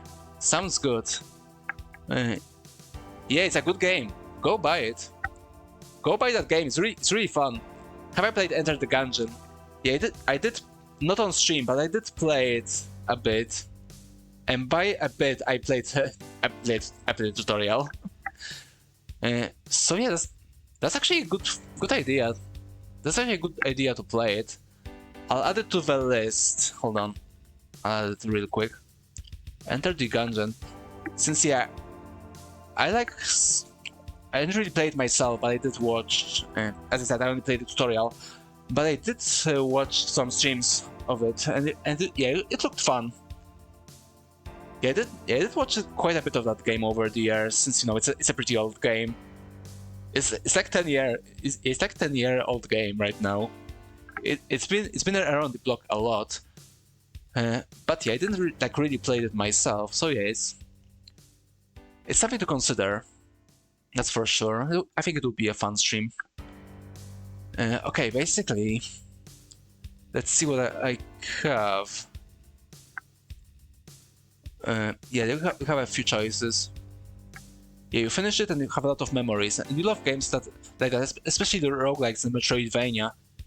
And that's good to hear, because I do play some roguelikes once in a while. Or roguelites, rather. I mean, depends on how we look at it. Although I also play roguelikes too. Yeah, a few months back we were like playing a very cool roguelite called Jupiter Hell. That was really fun. We need to like return to it.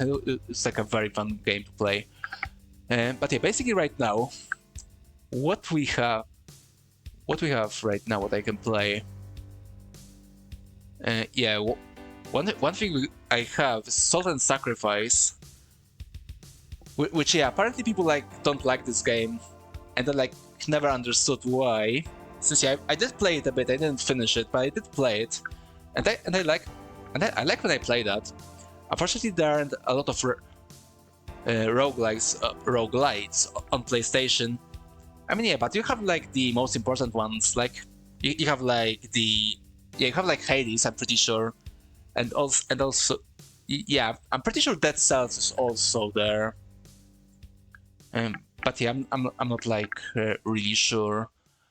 Yeah, it's been a few years since I had like there was a time in my life when I like basically I basically only had like a busted laptop and a PS4.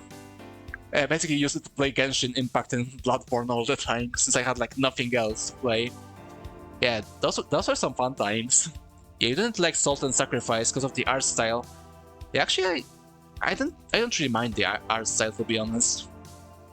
Although I usually Although I like usually heard about this game. That's just like not as good, or people like were expecting more of a Salt and Sanctuary type game, which was like more of a like pure Metroidvania, Souls like. And Salt and Sacrifice is a bit more grindy Monster Hunter type game.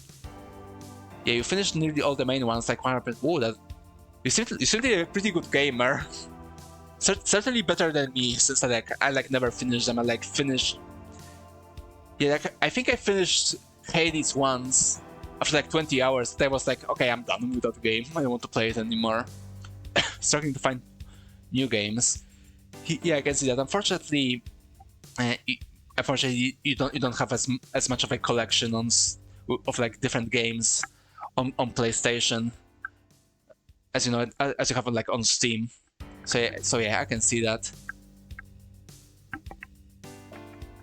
Although wasn't Sony? Didn't Sony make a roguelike actually? I think it was called Returnal, but I think that was like on PS5 only. I guess I don't remember it being on PS4. Yeah, I'm pretty sure it wasn't on PS4. Because I would probably buy it, and I don't have it. But yeah, we have like Salt and Sacrifice. We have Mortal Sin, which yeah, I'm pretty sure is also like a roguelite as well. And yeah, I remember like liking the demo of that game, but I'm not sure if I want to play it right now. And there's also that little game called Doll's Nest, which is like an Armored Core, like indie Armored Core game with waifus, which is also like a good idea, but I don't know if I want to commit. Yeah.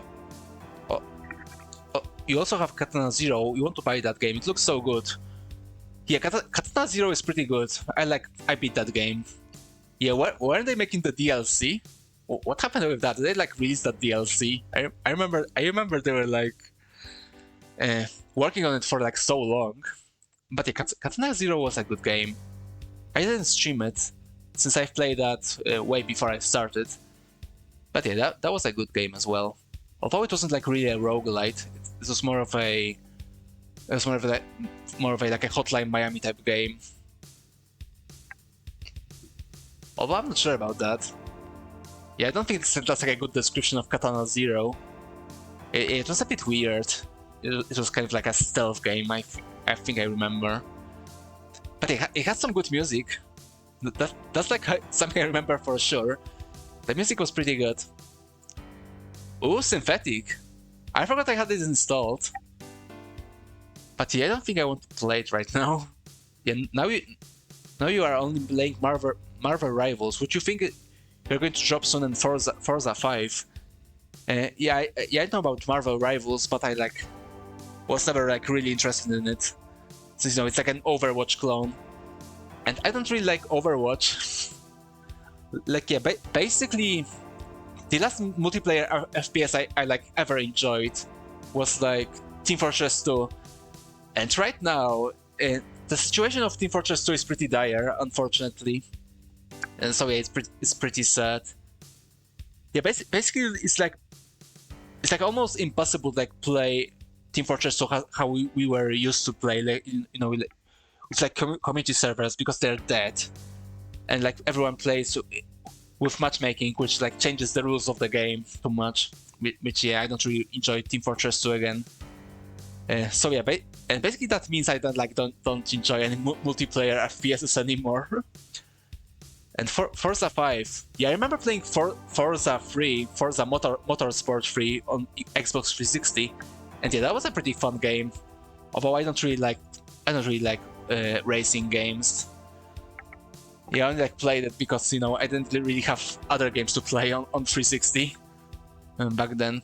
Yeah, you hit top 10,000, then you just face the same people every game, so it's just the same people but different teams. Yeah, it really seems to be like a pretty good gamer, right? Yeah, I can't imagine that. But it's like a very common issue in like those very competitive multiplayer games, right? Like eventually, because of how matchmaking system works, or this like skill-based matchmaking works, is that 1,000, not 10,000. Oh yeah, I'm sorry. I think I just I think I just fucked up here. Yeah, 1,000, sorry. But yeah, basically that's how it works. Yeah, basically when you become very very good in the game, you just keep playing the same people. Yeah, I remember a lot of StarCraft because I really love StarCraft.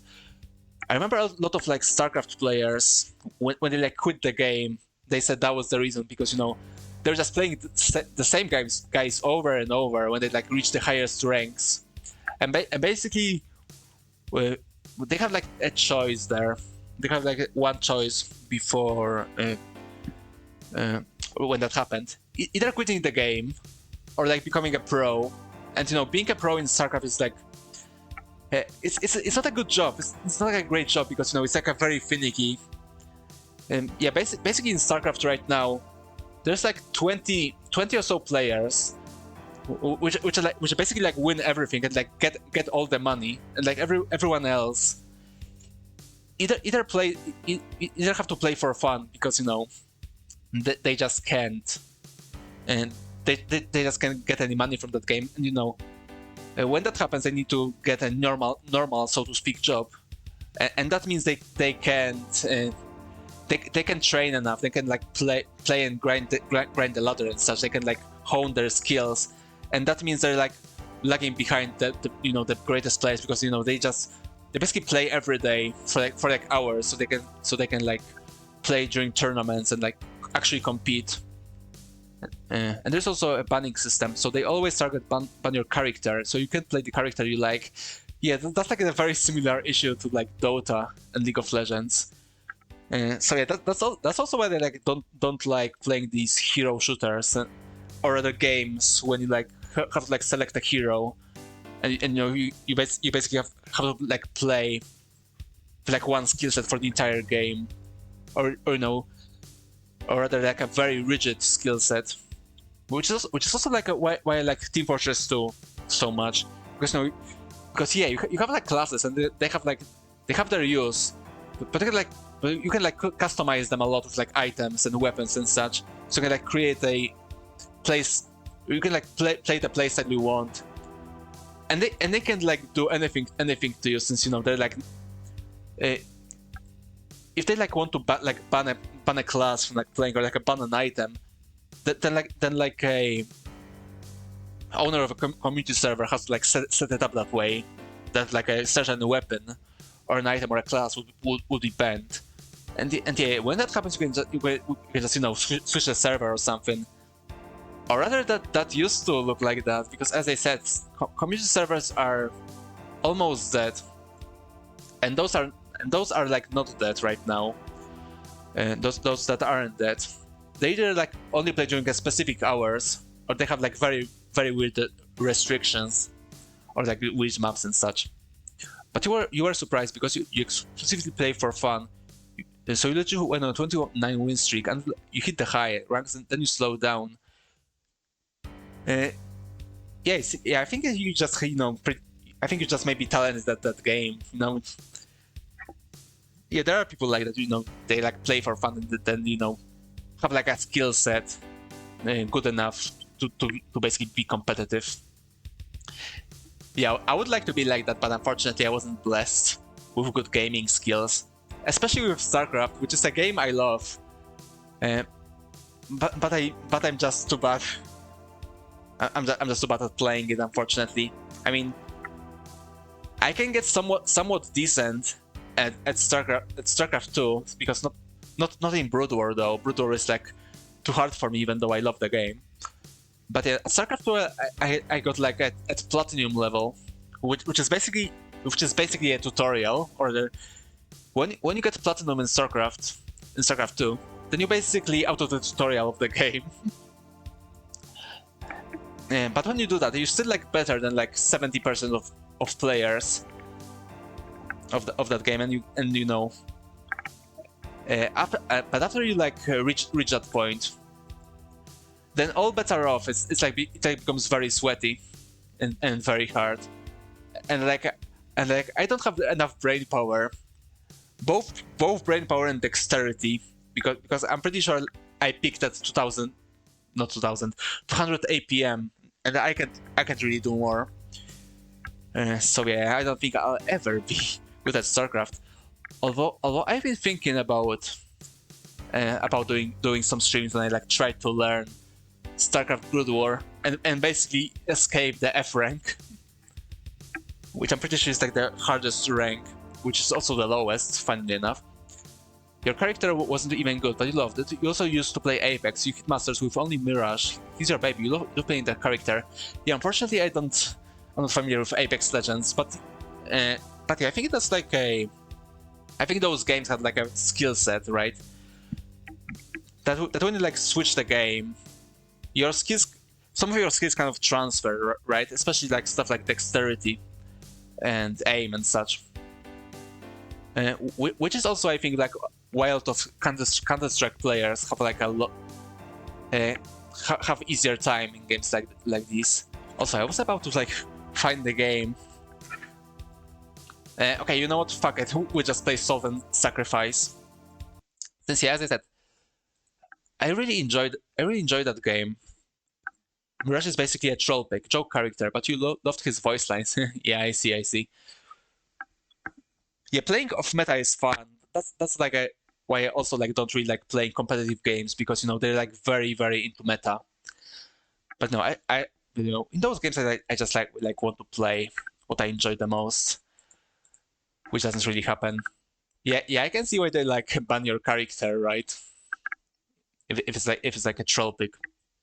But yeah, we will go ahead and play Salt and Sacrifice.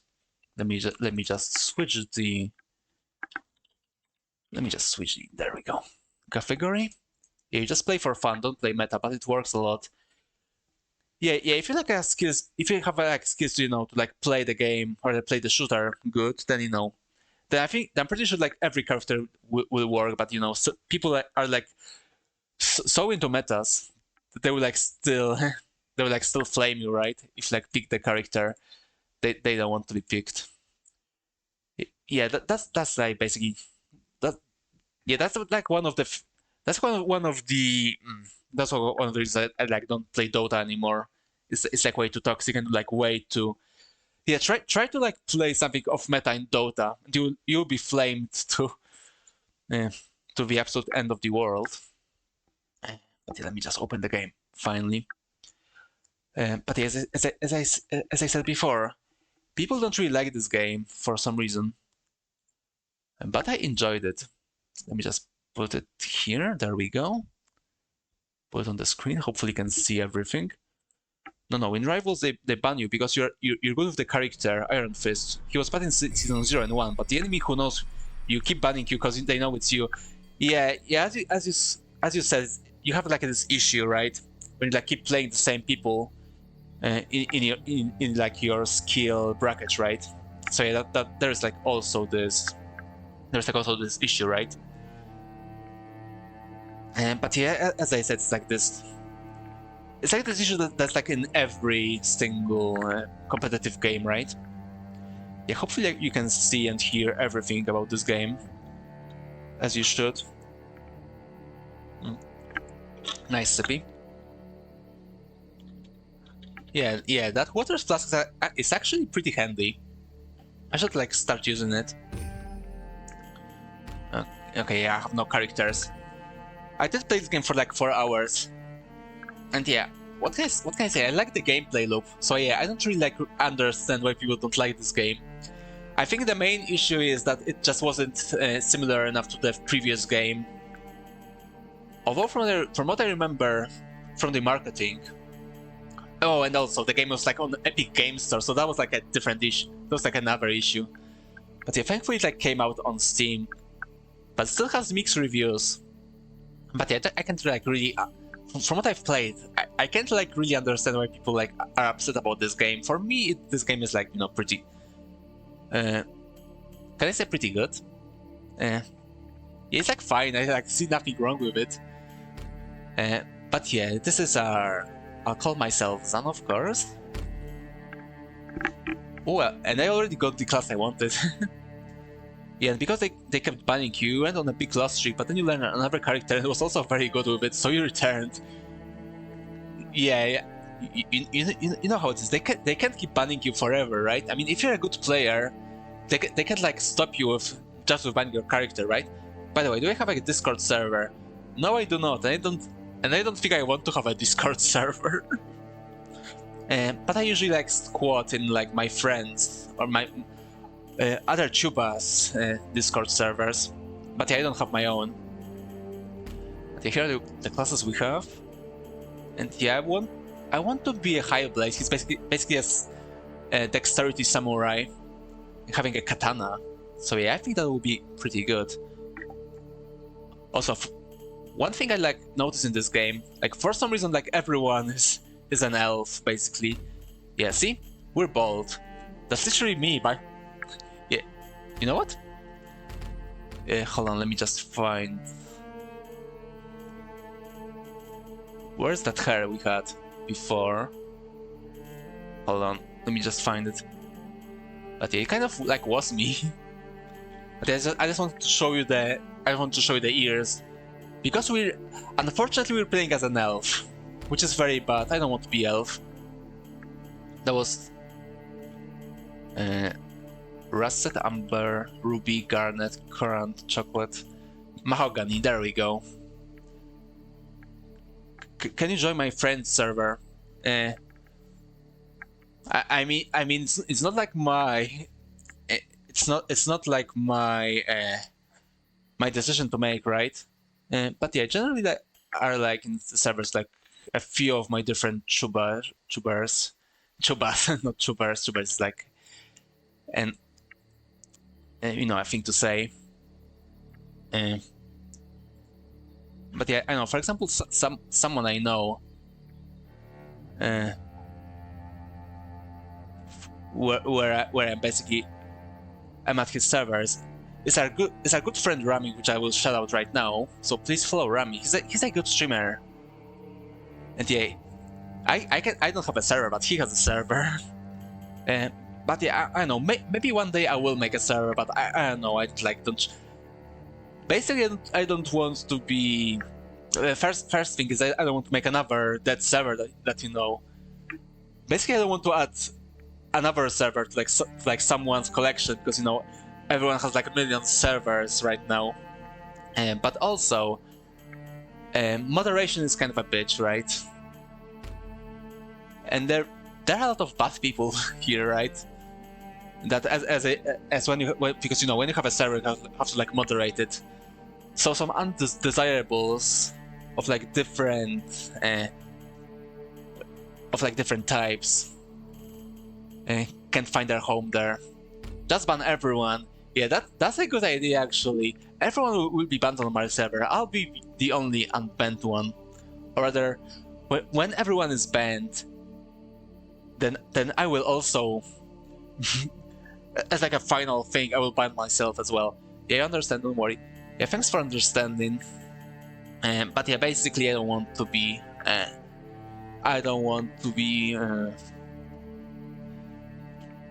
want to be what? I don't know.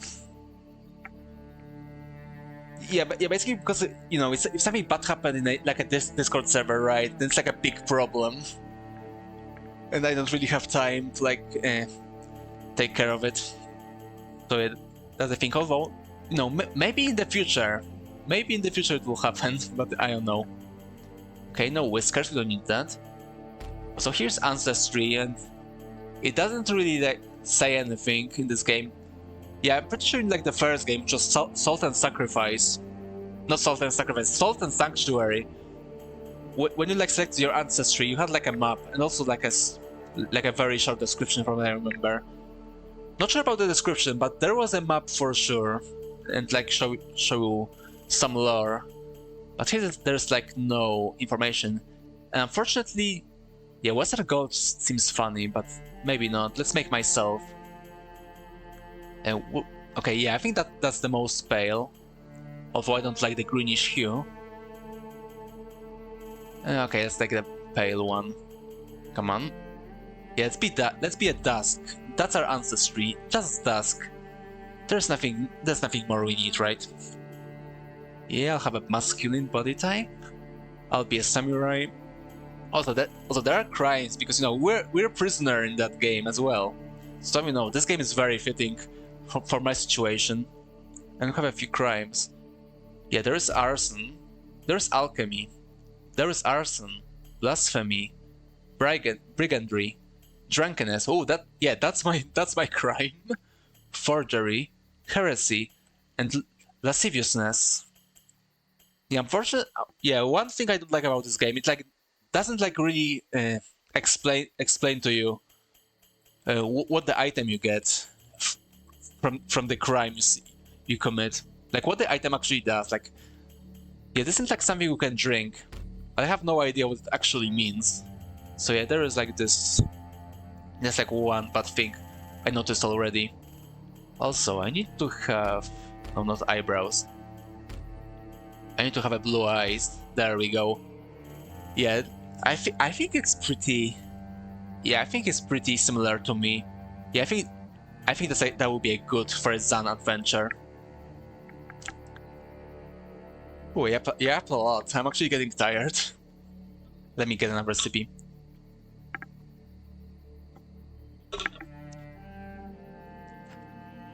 By the way, just a random question, but do I know any good VTubers or YouTubers who do long videos? Can find any, and you like those types of vids? They can legit be about anything. Matthew Matos basically. That's the one I will always recommend. But he's yeah, I think he's retired right now. But yeah, you can go wrong with Matthew Matos's. And also about VTubers, Kenrin here has a YouTube channel, and he also I think he has one video essay, which I think is pretty long. It's an hour long. But yeah, Kenrin here makes some videos. Yeah, he's here in the chat. Give him a follow. I already gave him a shout out before, so I'll do it today. Since the Element I decided that every friend gets one shout out per stream. I want to say I don't make the rules, but I do make the rules right now. But yeah, follow Kenrin on his YouTube channel. He has some long video, or one long video. I think he wants to make more, from what I understand. But yeah, if not VTubers, then Matthew Matos's. No problem, Kenrin, no problem. Your last video about VTubers was pretty good, so yeah, I think I will shill you. I think it's okay. But yeah, aside from Matthew Matos's, it was good. I need to check my YouTube actually. Because yeah, I haven't really been watching a lot of long video essays lately. I prefer some shorter videos. Oh yeah, I almost forgot. I can wholeheartedly recommend this guy. Yeah, this guy's called Modular, and he has.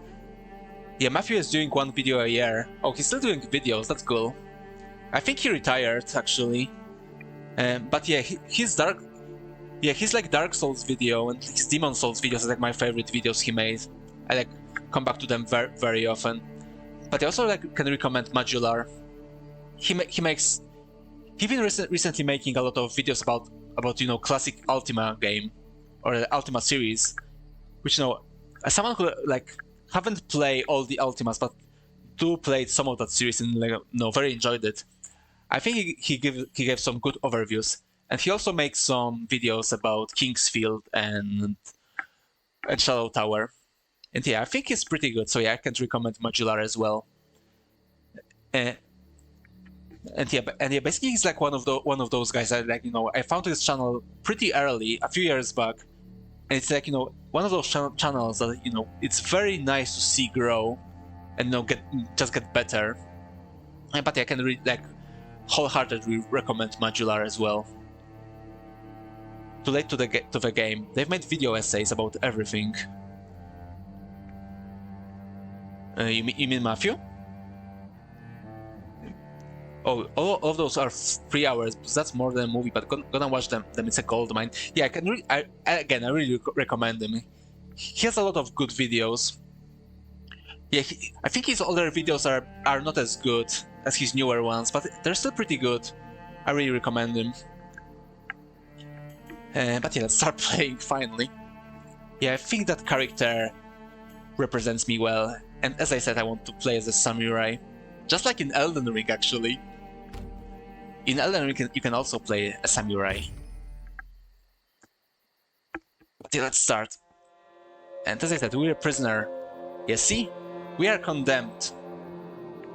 For the crime of drunkenness, the realm's ultimate penalty awaited me. But there is another way. To become a marked inquisitor. You drank the Magebane, you spoke the words. Or I drank the Magebane, I spoke the words. My jailer brings me to a western frontier where whispers of magic stir again. I live now only to hunt mages. Base, you played the Samurai too. Oh, you played that game too? Yeah, what do you think about it, Kenrin?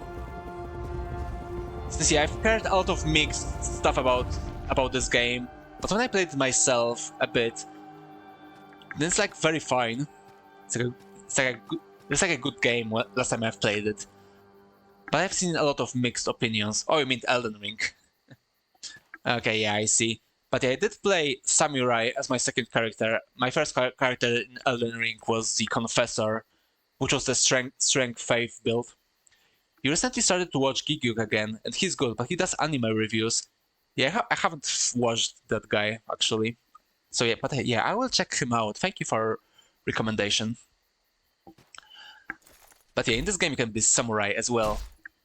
And yeah, as we established, we're playing as a prisoner. Yeah, for being drunk.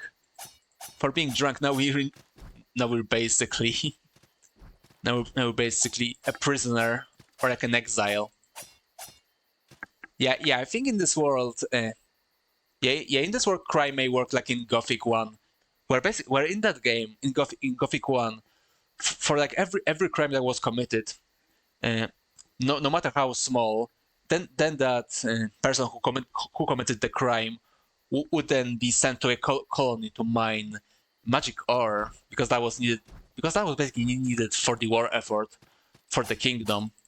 So maybe it's something similar in this game. I don't know, maybe mages are like, a big deal. It's like a great problem. Okay, let's take off the bag. Give me my hat. There we go. Actually, I think in this game you can also hide your helmet. Yeah, let's do that. Yeah, I don't really like helmets. You gotta go. Watching me was fun watching me. Hope you can watch me again. Yeah, hope you can watch me again as well. Thank you for stopping by. Hope you enjoyed. Sorry for it being so late. Yeah, I can see the difficult time difference, but yeah, I hope you enjoyed it. And yeah, see you again if you ever manage to show up again. It'll be fun having you. But yeah, see you later. Again, thanks for stopping by. Yeah, I think basically the combat system is the same as it was in Salt and Sanctuary, which I actually didn't play on PC because now I'm also playing the keyboard and the mouse, and I've played Salt and Sanctuary on PS4, like right when it released. Like yeah, basically bought Salt and Sanctuary because I was like really hyped for Dark Souls 3 before it released. Yeah, looking back, it wasn't good to be excited for Dark Souls 3, but that's like a different issue. But yeah, basically back then, back before Dark Souls 3 released, you didn't really have a lot of options for like Souls-like games. You had like normal Souls games. You had like Dark Souls 1. Okay, Demon Souls 2, but they didn't have the emulation was as good as it was right now for Demon Souls. But yeah, basically you had like Dark Souls 1, Dark Souls 2, not Dark Souls 3, Bloodborne, and Lords of the Fallen. Oh, yeah, there's a big boss. Let's try to kill him. First try. Oh. Yeah, I didn't manage to. There we go. It's a bit annoying that when you attack in the air, you basically stop. Oh, that was a bad move. And yeah, I'm dead already. But yeah, returning back to the initial point. Uh, Basically, yeah, you have like From Software games, but you also have like, and aside from Software games, you had like Lords of the Fallen, the first one, which wasn't very good. Oh, sorry, I bumped into the mic. But yeah, it wasn't very good, to say the least. And you also, and basically nothing. And then like Salt and Sanctuary came out. Okay, maybe there was like some indie games, but like something that no one remembers anymore. But yeah, also like Salt and Sanctuary released like a month before Dark Souls 3. So yeah, basically because I was so hyped for Dark Souls 3 back then, that's why I bought the game. And yeah, I actually kind of really enjoyed Salt and Sanctuary, but I never finished it. Yes, there's a pattern here. Even though I liked it, but that's mostly because Salt and Sacrifice didn't have the map, which it wasn't a problem for me in Dark Souls games, but I don't know. In 2D Metroidvanias, I think it was a bit too much to like not have a map. I think it's like much harder to like find your way when it's like in 2D space, but that may just be me. But yeah, it seems like we're alive. Seems like we weren't dead yet. It's like in Demon Souls, we like die at the start, and then we're so back. Thank God, thank the gods, you're staring. Spell marked, but staring, so the Mage Bane rite succeeded.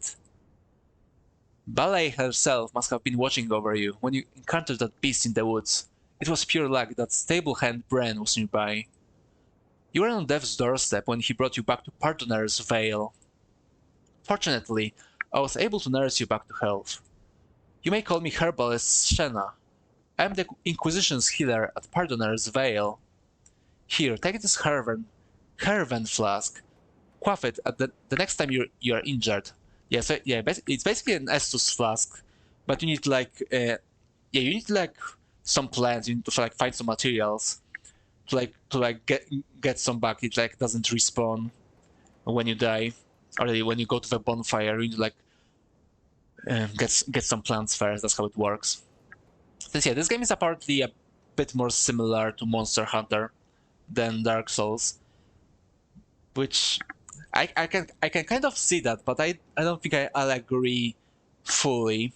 I think it's still mostly a Souls-like game, just with some monster hunting as well. But yeah, I guess we'll see. I only played a few hours of this game before. Perhaps you have questions. Actually, I do. Let's talk. I've been here for 3 hexats and a day, and I'm not sure what to make of Pardoner's Vale. Inquisitors arrive, but not in the numbers that are needed. Inquisitors also disappear, and not in numbers that give me peace. Yeah, it's pretty bad. Yeah, thankfully we're here now, right? Herven Flask. I am an herbalist and a healer, and I'm as skilled as they come at crafting Herven Flask from Valley Herb. If you find any shimmering bud in the valley, Verdant Voice Trista can aid you in improving the potency of your Herven Flask. Okay, so it seems there's like a Estus shard. Yeah, there's like this Estus shards mechanic in this game. You can like improve the amount of flask you have. Because yeah, even though they don't respawn, you can only like carry limited amount of flasks with you. I think it starts at 5 or something. Belial. The names of the gods have fallen from our tongues, so it's no surprise to hear a trained mage hunter ask about Belial. Belial is the god of healing wind. It is said that she draws flies from the sick into an urn filled with magical oil, where they become butterflies. I see. Pretty metal. Yeah, pretty metal for like a healing god, right? Yes, spell marked. You would have died in those woods if not for the Mage Bane rite you undertook. This region is polluted with warped magic, but there is a benefit to it. Those who have successfully undergone the Mage Bane rite can stave off death, becoming spell marked instead, not living, not dead, but animated by the mystical warp that infects this region. There is a way to atone yourself of the spell mark and return to life, but it requires a rare item known as Guiltless Shard. Okay, so it works like works like soul form and human form from Demon Souls, it seems. But yeah, I don't think I understood. I actually need to reread it. Read it again. The corruption of mages and their minions has a crystallizing effect on whatever purity remains. The solidified masses are shards of pure innocence. Hunt and devour mages and their minions if you wish to be atoned and become living again. Okay, so it seems to be like Demon Souls. Let me just check it myself, or check it again. There's benefit to it. Those who have success. Yeah. Spell marked. Not living, not dead. Yeah. Okay, so what being a spell marked actually do? Does it like decrease the health like in Demon Souls? I think that's what it may do. It like decreases the health, and then you can like kill the boss or use an item, and then we like become human again and have a full health. I know, maybe there's a lingering in this game as well. I guess we'll see. But yeah, what can I say? What can I say? I mean, I think more games should like take elements from Demon Souls, and I really really like Demon Souls too. So just give it to me. Just give me more elements from Demon Souls, basically. Yes, the Mage Bane, right? You committed the crime of drunkenness, didn't you? Yeah, we were just so drunk. We were just so drunk one day. It became a crime. Perhaps your memory is foggy when you became a Mark Inquisitor. You would have undergone a Magebane, right? You would have drunk an elixir known as Magebane, and spoke cursed words from a forgotten tongue. Yeah, we said so in the intro, right? Many Inquisitor initiates make missteps in the ritual, and it doesn't take hold. Unfortunately, the only way to know if the Magebane rite is successful is for one who has undertaken it to die in the presence of magic. Yeah, thankfully it seems to be working. Since we died, many Inquisitor initiates have fallen in Osanlay Valley, never to rise again. You're fortunate in that respect. Okay, yeah, it seems to be all. Do you have anything else to say? More than anything, I pray for peace. Okay, so that seems to be all. Stay in good health, Inquisitor. Yeah, since this is a Souls-like, I don't think that will happen. But yeah, now that we like Mage Baned, our health is purple. Yeah, I wonder what that actually means. Okay, I want to see what it does. An old wineskin, a drunkard's keepsake from a more carefree time. Okay, what does it do? what does it actually do? Yeah, the game is maybe in like the item section. Let's see. Yeah, no description. Oh, okay, I guess. I guess it's just a nice keepsake. Okay, so I'll just take it off the inventory. I'll put the Hearthen Flask where it belongs. A flask containing a restorative elixir, quaffed to restore some health. Concoctions like these exist in wide varieties, but all utilize in some quantity the Red Valley herb. A what? Come on. How can I scroll? There we go. One of the most famous recipes is called Queen's Kiss, named for the common belief that only a noble's touch can cure certain specific types of infection. Okay, so that's our Estus flask. Okay, what else can I do here? I can talk with this girl. No, we already talked. Is it supposed to be a fast roll or a medium roll? Hold on, can I check? Hold on, let me check.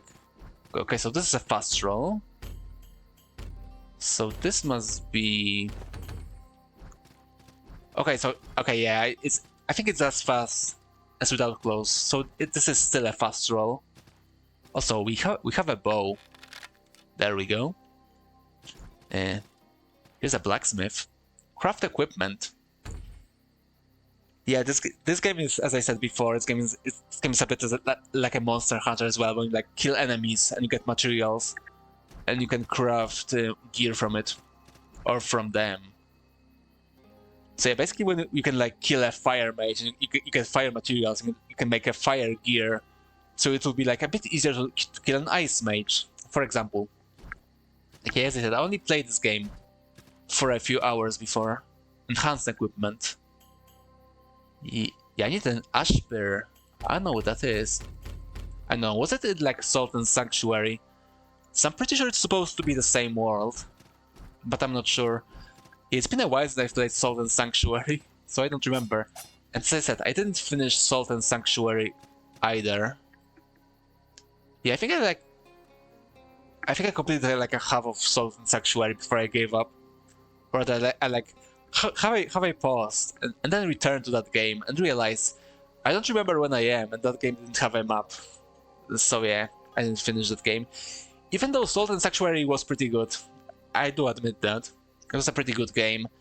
Especially, like, as I said before, back then, when we didn't really have a choice of, like, Souls-likes before Dark Souls 3. By Tarunan's hands, you're awake. I'm Warpsmith Zakiel, but you can call me Zak. Yeah, he's Zak, and I'm Zan. I don't think that's a coincidence, guys. But unfortunately, we're an elf, so that's very sad. Welcome to Pardoner's Vale, but before we get too far into it, you should go speak with Champion Hera. She's down the steps to the west. Okay, yeah, so Pardoner's Vale is basically Nexus. Either Nexus or Firelink Shrine. From Demon Souls and Dark Souls 3 respectively, since it's like not connected to the world. You like teleport from it to like the actual world. So here's the plant. We want that. And here's our chest. Just like in Monster Hunter, our storage. Okay, so this is like a fast attack, but we also have like a strong attack, which you can charge. Actually, can we charge it? Okay, we actually can't charge that. Charge those attacks. Oh yeah, I forgot. There's like this combo. Like here, I press left button, right button. Oh, there's even more combos. Ooh, that's cool. Hold on, let me try again. Yeah, that's a cool one. Yeah, this game has combos as well. That's pretty interesting. I didn't notice it before, but I did kill some bosses last time. But yeah, I think I like this weapon. I think I'll enjoy that playstyle. It's like this very ninja dex-like, or a samurai-like. I think that's who we're supposed to be. Also, let's read some lore about our armor. Let's not forget about that. A set of chest armor bearing a signature cloth mantle, created in the style of High Blades of Dreadstone Peak. Masters of unparalleled skill, High Blades formed the backbone of the monastic society that exists in the Temple of 11. Okay then. Inquisition's Dagger. A dagger fit for slaying mages. A mage can only be truly and finally vanquished by a Mark Inquisitor who must remove and destroy the mage's heart. The process is known colloquially as devouring. Yeah, I guess we'll be eating some hearts today. I wonder how hearts taste like. Hopefully nicely. A short bow carved from local timber. A line of trained soldiers wielding these simple weapons could drive back entire armies given enough ammunition. Okay, yeah, this game has ammunition as well. Thankfully, the ammunition is universal, so there wouldn't be a problem like finding it. A single piece of ammunition for a ranged weapon. Every Inquisitor is trained to aim truly and without fear. Only those who have faced a mage in combat know that this is easier said than done. Yeah, it's pretty hard to aim in real life as well. Also, we found a berry, bloodberry, the plump edible fruit from a flowering valley plant. Eat it to restore a small amount of health. Its juice is quite staining. Mind your garb, Inquisitor. Okay then, I'll try. And Steel Blade. Class 1 High Blade. A blade of steel wielded almost exclusively by High Blade monks of the Temple of 11. Oh, so we're not samurai. We're like a warrior monk. Okay, I see. That's how it works. Okay, so we have like 2 combos so far. We have like heavy weak attack, which is like this, very fast. And we also have like this uppercut. Okay, that would be useful to know. You are Zan, I trust. That I am indeed. I am champion Hera. I'm technically in charge here at Partner's Vale, but I do my penance here just as you do. So it's like a prison colony. It's like in Gothic, just like as I said before. But yeah, we're not collecting any magic ore. We just kill mages. Yeah, they seem to be a problem. These pesky mages. You must embark at once to Ashbourne Village, but to do so, you must first speak with Rune Reader Didila. Or Didela, I guess. Descend the stone steps to the west until you reach a cut. Then descend more stone steps east until you reach the pond. Then speak to Rune Reader Didela by the Mirror Gate. Okay then.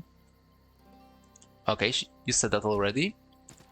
But yeah, let's explore a bit more. See, that's what I always do in those games when I arrive at the hub. Like, yeah, basically I always explore the first area as much as I can. Since there's always something cool to find. Yeah, especially in I think Dark Souls 3. Yeah, even though like Dark Souls 3 is not my favorite Souls game, it has my favorite hub, which is Firelink Shrine. Which it actually has a lot of secrets inside Firelink Shrine. Also, we can mine. It's an Irona ore. It's not. Remember, it's not an iron ore, or rather ore of iron. It's an Irona ore. Okay, here's actually a destination. So let's not go there yet. Yeah, let's talk with that other woman. Let's see what she has. Also, there's some loot. Ooh, that's a lot of stuff. Got some silver as well. So I need to be careful with carrying stuff, since there's a carry weight, just like in Demon Souls again. Yeah, this game has like surprisingly a lot of elements from Demon Souls, which as I said before, keep them coming. Demon Souls is really underrated in my opinion, and yes, we will stream Demon Souls again. If it like stop crashing, but I think I know why it crashes now. So it shouldn't be too much of a problem, I believe. Hello, Inquisitor. My name is Trista. I'm a verdant voice, one who speaks for the herbs, fungi, and minerals. Well, she speaks to the stones. I think she might be a bit schizo, but you didn't hear that from me. You are welcome to use my apothecary tools to restock and improve your supplies. Okay then. Are you lost? If you're looking for Rune Reader and Didela, you can find them at the Mirror Gate through the cave to the west. There are also some supplies in there that I can use to replenish your Harven flask. Okay then. Yeah, we need those supplies. We need to find them. Okay, what's here? This is close. Okay then, hopefully we'll be able to open it soon. But yeah, I want to find the upgrade materials. Yeah, I'll be rolling through everything. Poison bomb. Do I want that? I don't think so. Also, how do I use items? I forgot. Hold on. Configure input. Inventory. Okay, it's F. Okay, so I need to be careful not to fat finger it, which tends to happen. Okay, I'll just put all that crap I found to the stockpile. Hopefully I can still use. Okay, maybe not the herbs because I need them, but hopefully I can use these materials when they're in the stockpile, just like in Monster Hunter, and many other games.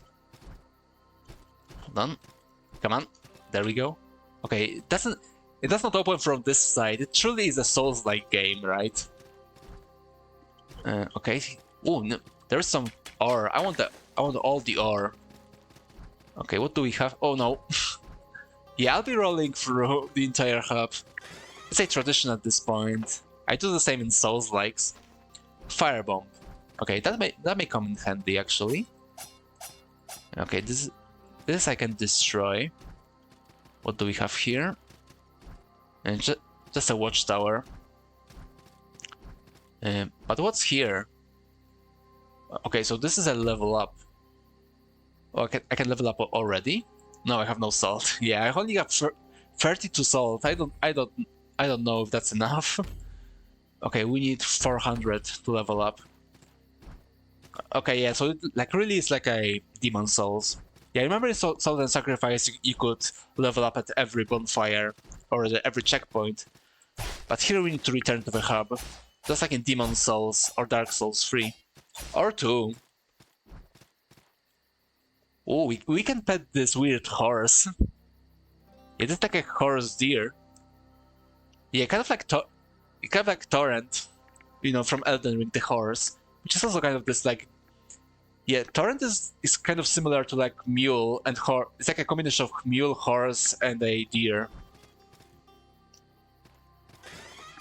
I don't know, a goat. It has like those strange, cow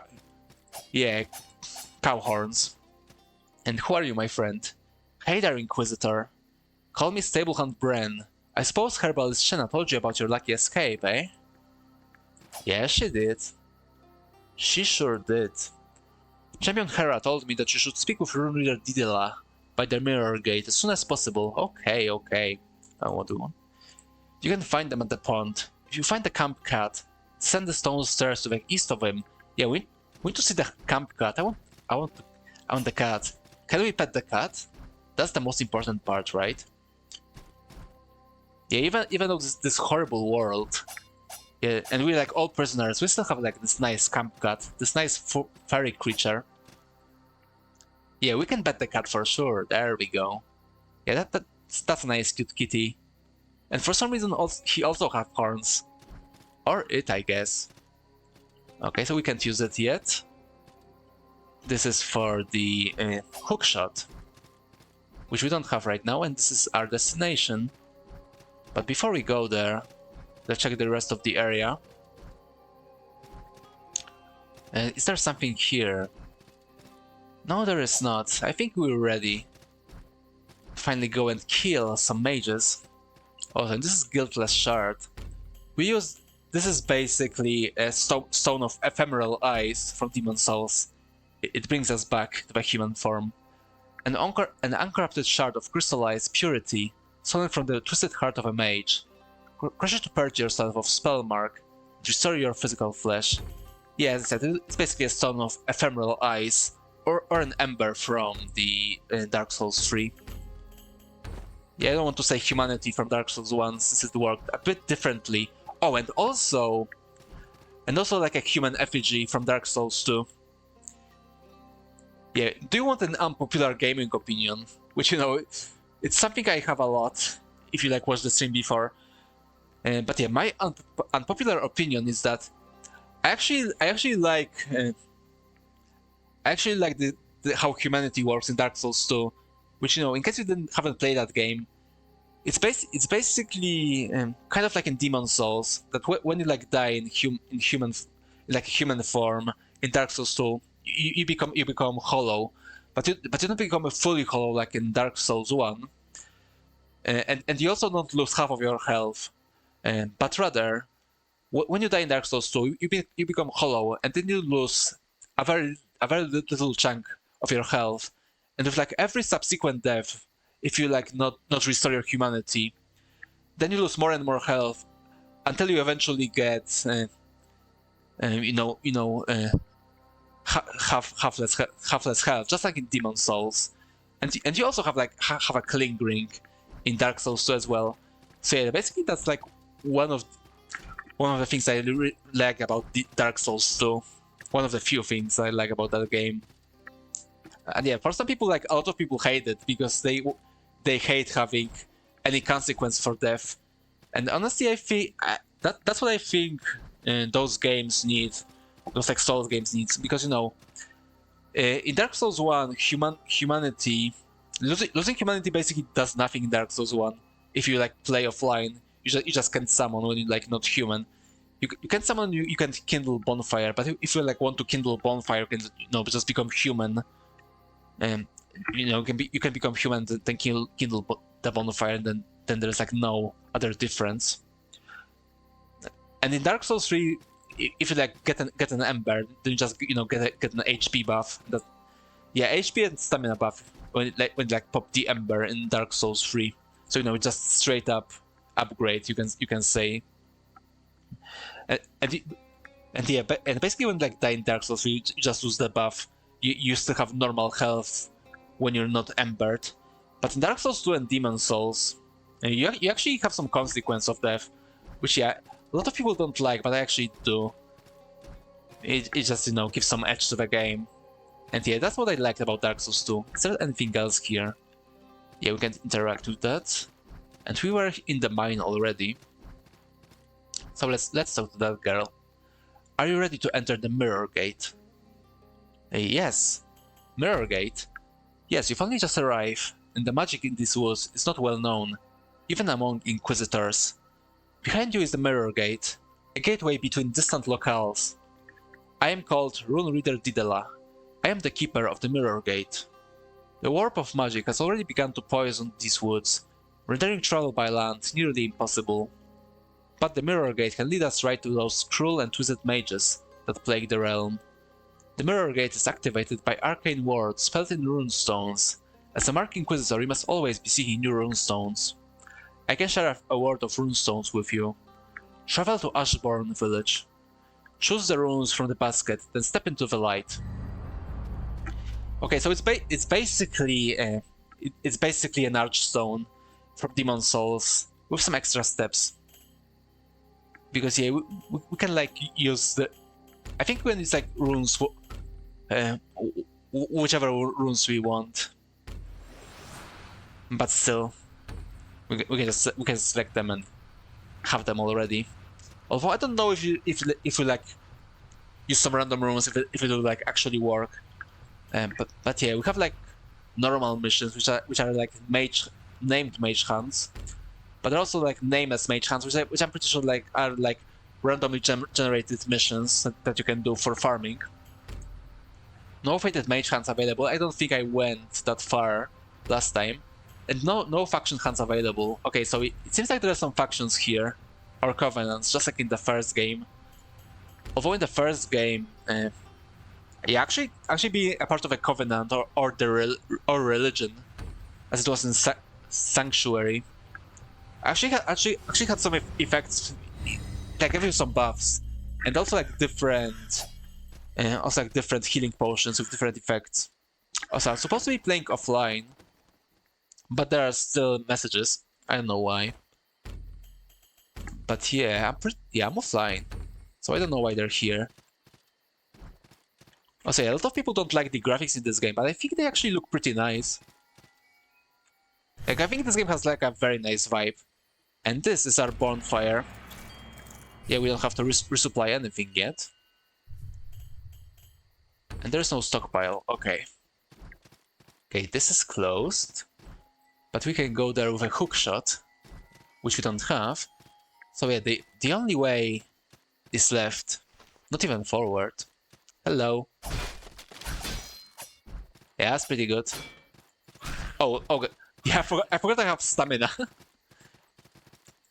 Yeah, that's a good thing to remember. Okay, yeah, unfortunately we don't have a Arcatana kind of slides of their shields. So that may be a bit of a problem. Here's a big guy. Come on. Yeah, I remember that this guy would just jump. Yeah, but he had no shield, so it was pretty easy. Let's go here first. See what we can find in the Root Sail Cavern. See if there's something cool. Oh, got platforming. Yeah, I think I've said that before, but you know, just a bit of a PSA. I'm absolutely terrible at platforming.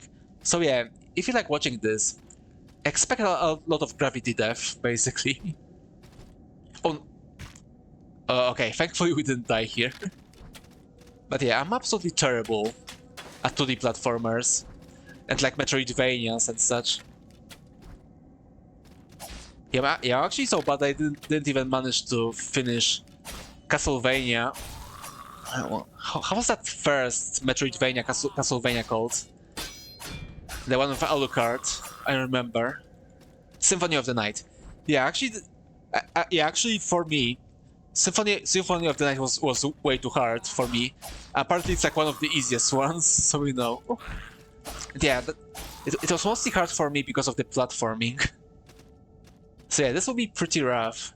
So yeah, if you like expect a good gameplay for me or from me, then apologies. This will be very rough. Ooh, a chest.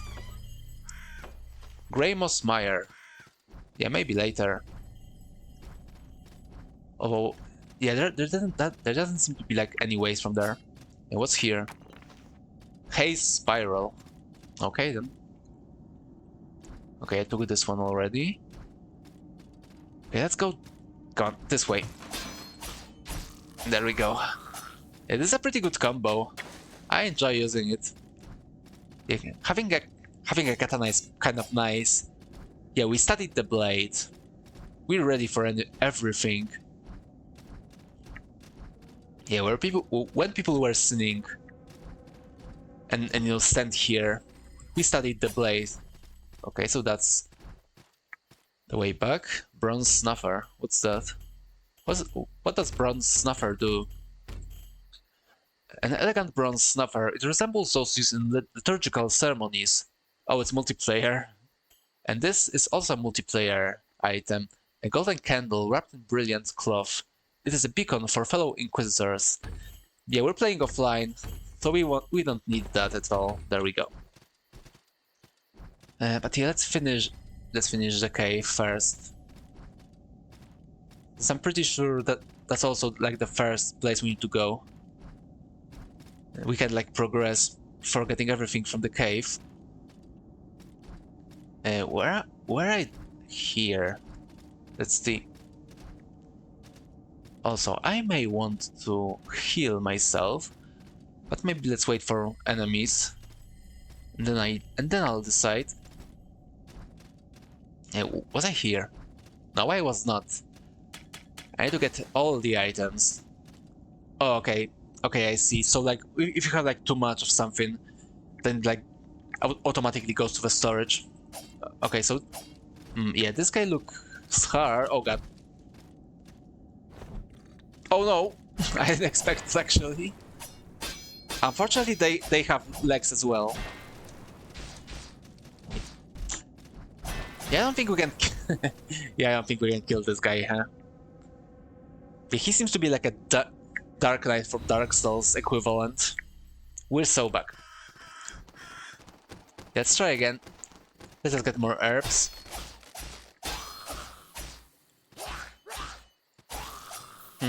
Yeah, honestly, I don't really understand like the decision that you like need some materials to refill your flasks. Since yeah, the materials doesn't seem that rare, so I don't really understand. Just seem to be a bit of a busy work, to be honest. But yeah, thankfully the berries are also available. Yeah, they kind of work like the pellets or life gems from Dark Souls 2. Hello Milo, how are you doing? Hold on for a bit. Hope you have a nice Sunday. Let me just find you. But yeah, this is basically like it's like a combination of like 2D Dark Souls. The first game, the Salt and Sanctuary, was a 2D Dark Souls. This is more of a combination of Dark Souls and Monster Hunter. So this one is more about hunting bosses with a bit of a Dark Souls combat as well, and you know, Metroidvania and exploration. So yeah, kind of like Blasphemous that you're playing. So it's kind of similar to that. Since yeah, I remember you playing Blasphemous, but this one is also a bit similar to Monster Hunter as well. Also, one thing I like about Sanctuary games or the Salt games is that touching enemies doesn't hurt you, which is a big problem for me in like all the other 2D games. Because I always get stuck on those enemies and then die. Oh, it seems like that's where I died. There we go. Yeah, what are we actually gathering for enemies? Yeah, this may be salt actually. just like in the first game. Hold on, can I like see it here? No, I don't know. So the series is called Salt. Yeah, I think that's how that may be a fun name. But yeah, basically there are like two games. One is called Salt and Sanctuary, and this one is called Salt and Sacrifice. And yeah, so far there are like only two games in that series. But yeah, I think most people like just call it the Salt series. Salt and something, right? And here's a checkpoint. And I remember there was a boss here. Also, I really like the sound effects in this game. This game has like a very good atmosphere. They really like Salt, huh?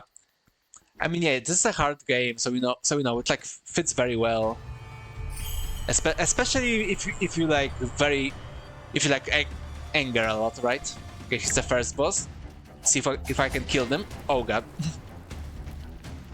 Yeah, this may be a bit hard. Oh god.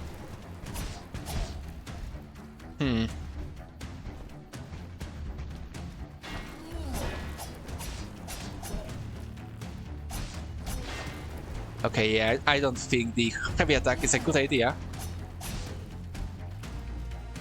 Yeah, his moveset is not too bad. I just need to be more careful. Oh god. But yeah, I remember the bosses in the first game were pretty good as well. So I think in this one it'll be the same. And they weren't too hard from what I remember. And also hitboxes are actually pretty good in this game as well.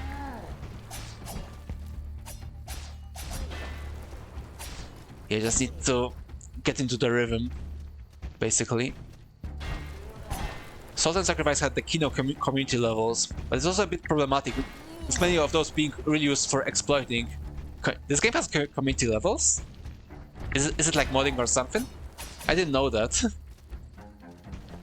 I know it had like a, modding or something. Or like an editor. But yeah, that's interesting if that's true. So, it's always like good fun content. Okay, easy. That was a bad idea.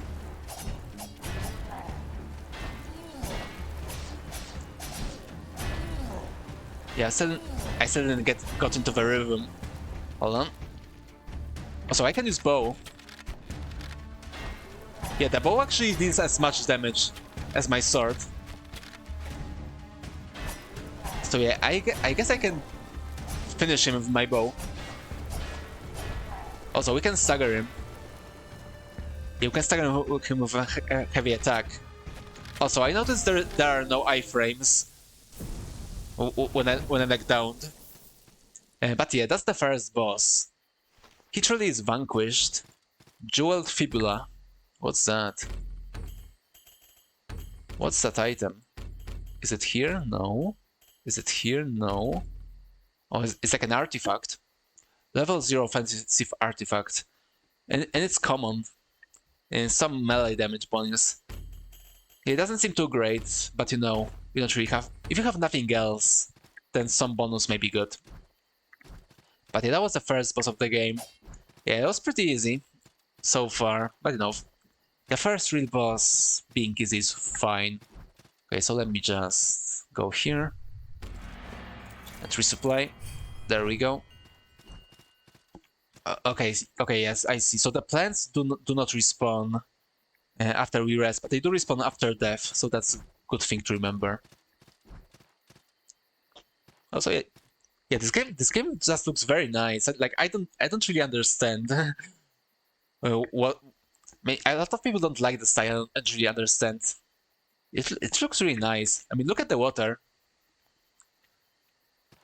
Yeah, there are even reflections in the water.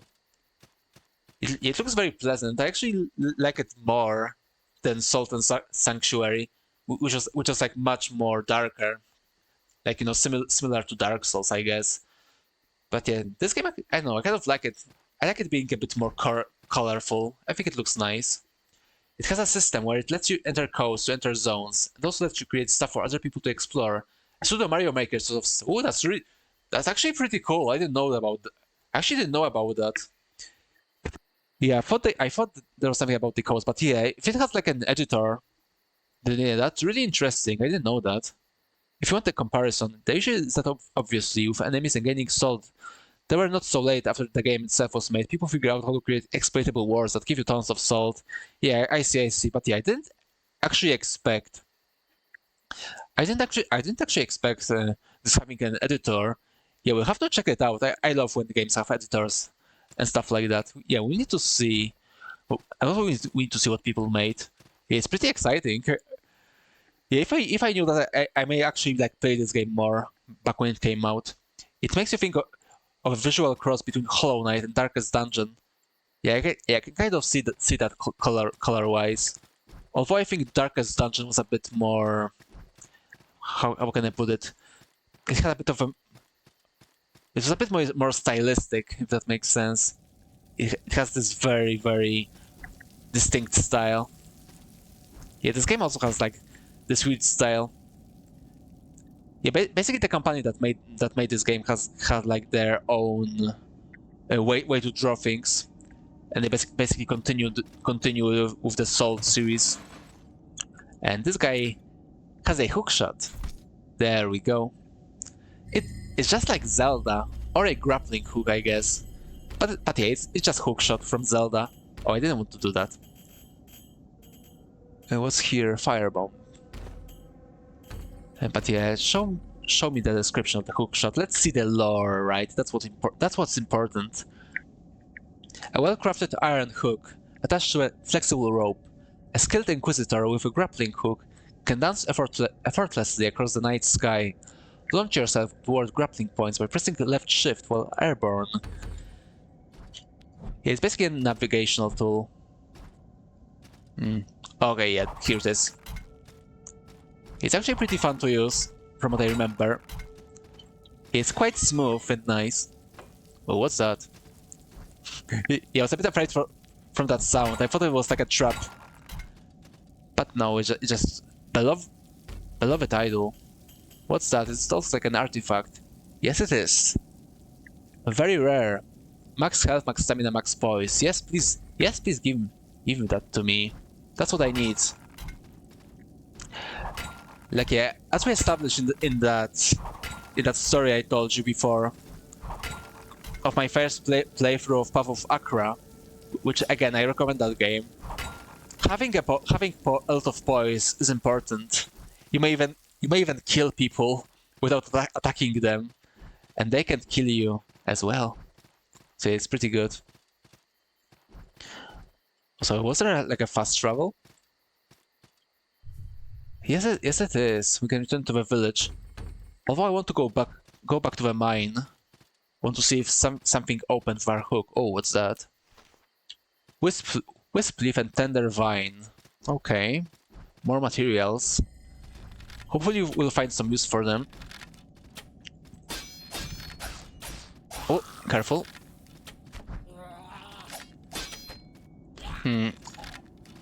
Yeah, may want to improve my health, that's for sure. There we go. Yeah, the combat system is pretty fun. But yeah, as I said before, it was also quite fun in the first game as well. From what I remember.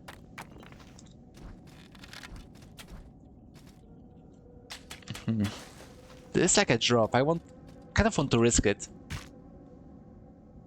Okay, so that's where the Dark Knight is from Dark Souls. I don't know if I can kill this guy. Yeah, 6 damage. I don't know if that's possible. And this guy killed us last time, right? So I'd rather not risk it. Not right now, but maybe later. But yeah, let's look for more places we can use a hookshot on. Maybe here? Okay, so that's also Greymoss Mine. Okay, yeah, so I assume when I like drop down there, I would like end up right at the boss arena. So yeah, let's not.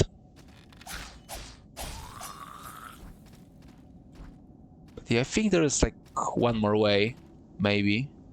Okay, we were here already.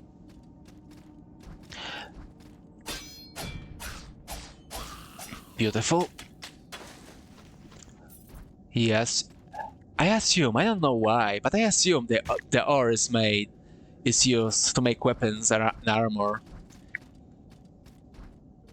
Yeah, crazy thought, I know. Yeah, I think I need to have a sippy. In myself as well. Oh no. Yeah, unfortunately this game has fall damage. And as we all know, I'm pretty bad at platforming. So this may be a bit painful. But yeah, we'll see.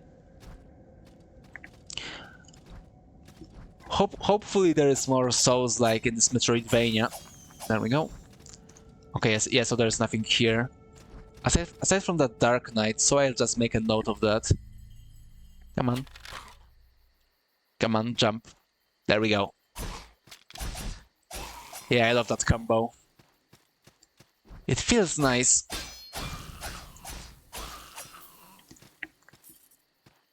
Yeah, but combat in those games like surprisingly feels good. Like for like a 2D game, you know, it's pretty rare, I think.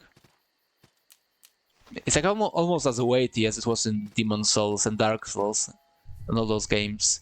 Yeah, let's have a nice rest again. Also, let me get that sippy. Also, I can level up as well.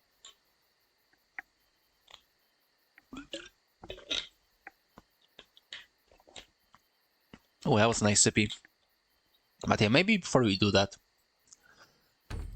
let's see what else we can find here. Okay, we can use grappling hook here. But yeah, there's still like one way we can go. So let's try that. Okay, so we can still like do shield breaks, so that's good. Just like in Elden Ring, right? Oh god. Yeah, fuck this one up. Yeah, I love that combo. Yeah, it's just so satisfying when they die.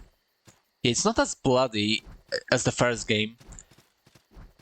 Which I actually prefer because the first game had like a ridiculous amount of blood.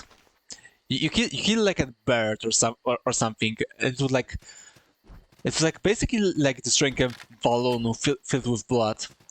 Or a strawberry jam. But yeah, it was a bit ridiculous in the first game.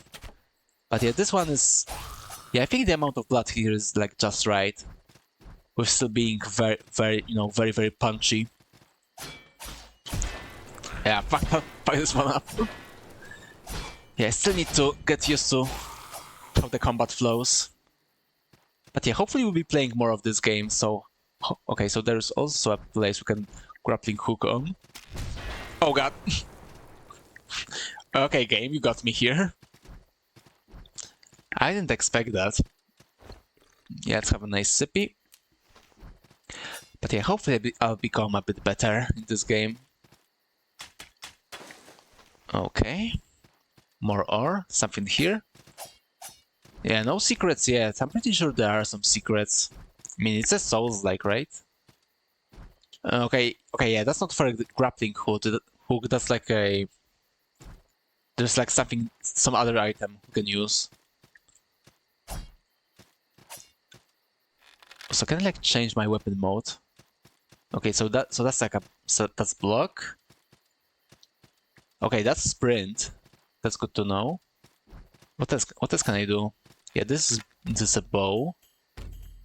Let me check the input.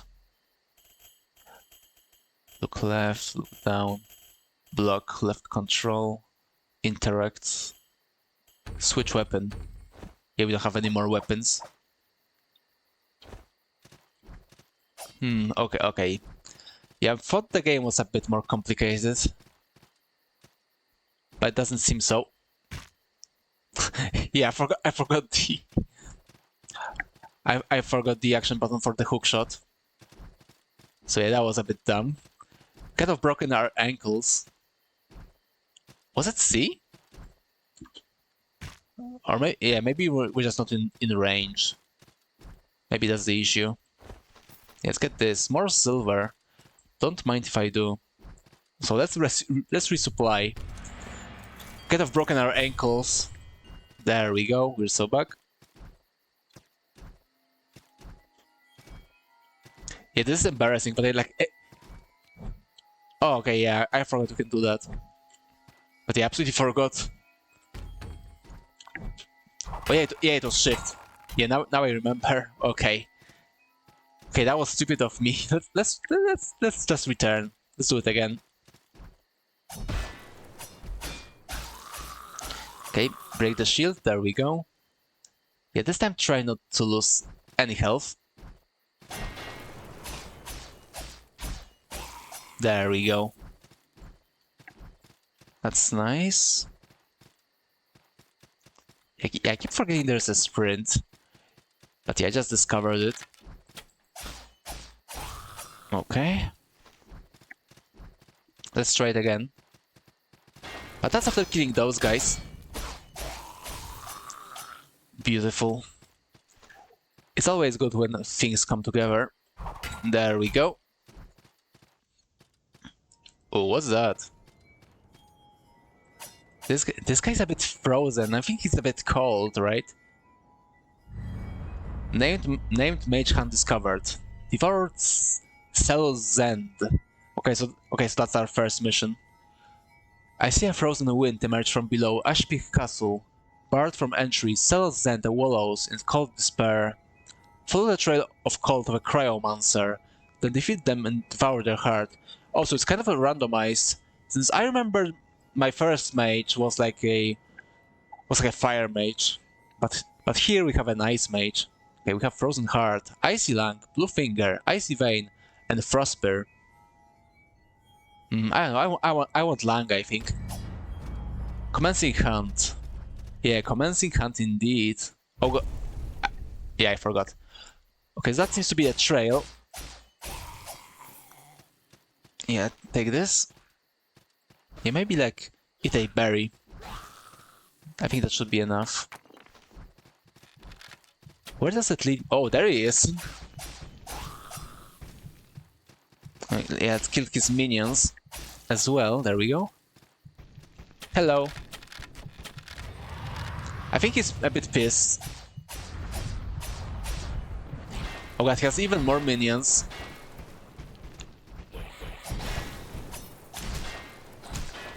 Oh god, that was bad. But yeah, basically mage hunts are like where the almost hunter comparisons come from. Okay, take this. Icy Vein already. Ooh. I didn't expect it to be so far. Oh god.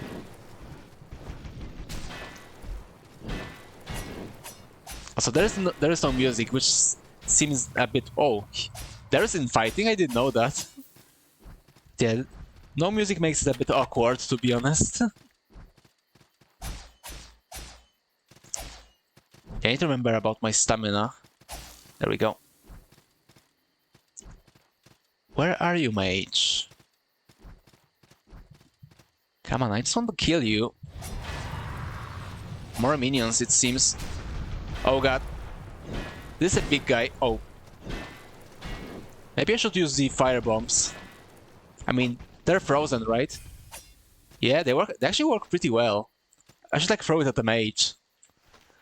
Icy Vein. Oh, also a Stone of Ephemeral Eyes as well. You have music on very particular places, mostly when near boss areas.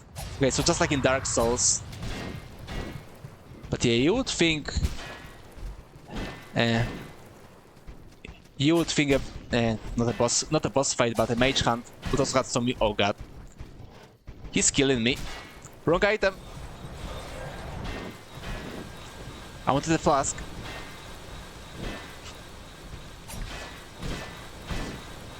Jesus, this guy is messing me up. Oh god. The big guy is a bit hard. Come on. There we go. That's what you get for wanting to kill me. Okay, hopefully he's still here. Yeah, I want to check if I can still like use the bonfire. Jesus. Okay, now we have music. Shit just officially got real. Oh god.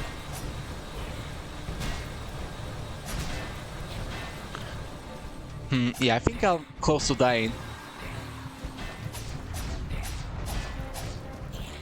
I just need to be careful with those guys. There we go. Oh god.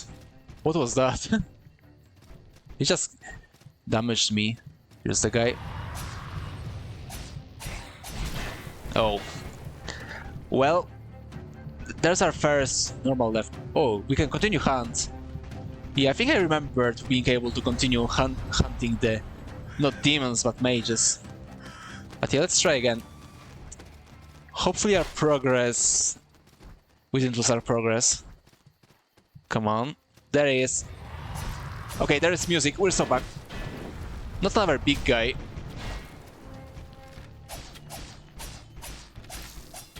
Yeah, I'm really afraid of this guy. Okay, yeah, I need to roll through him. Beautiful. Okay, I think I'm slowly... yeah, get my souls back. Oh, there's more in fighting. I actually don't remember there being in fighting, so, but yeah. In fighting is always cool. I mean, everyone loves Doom, right? And Doom is basically all about in fighting. There we go. More silver. Very nice. Okay, that's a hook shot. And we're back here. Very Kino. So that's our boss. Oh no, not the big guy again. Oh, now he's escaping. Yeah, it really is like in the Monster Hunter games. We like wait on the boss for a bit, and then they escape, and you have to catch them. But hopefully they don't regenerate their health. Okay, where is he now? Now he's like above me. Okay, I see. Oh, who's this guy? Okay, maybe later. I want to kill that mage.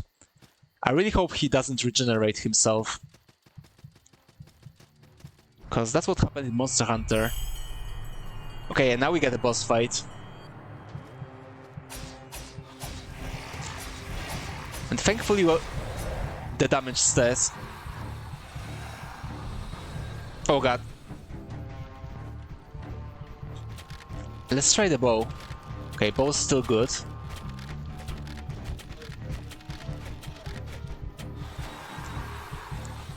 Yeah, the bow may be actually a bit too good.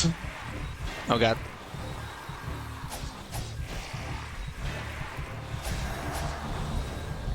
Careful.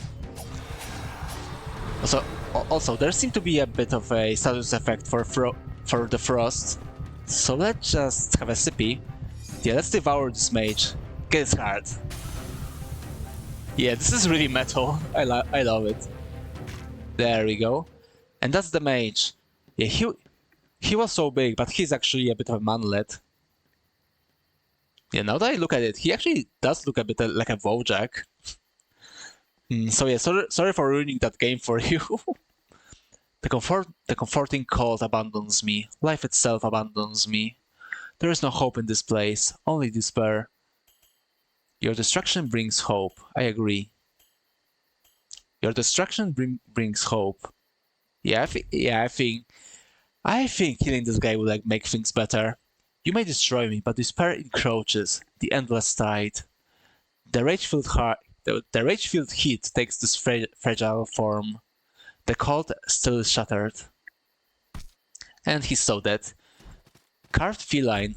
Yeah, that's another one. We really have like... okay, actually no, we have an idol. But yeah, what does carved feline do? Max health.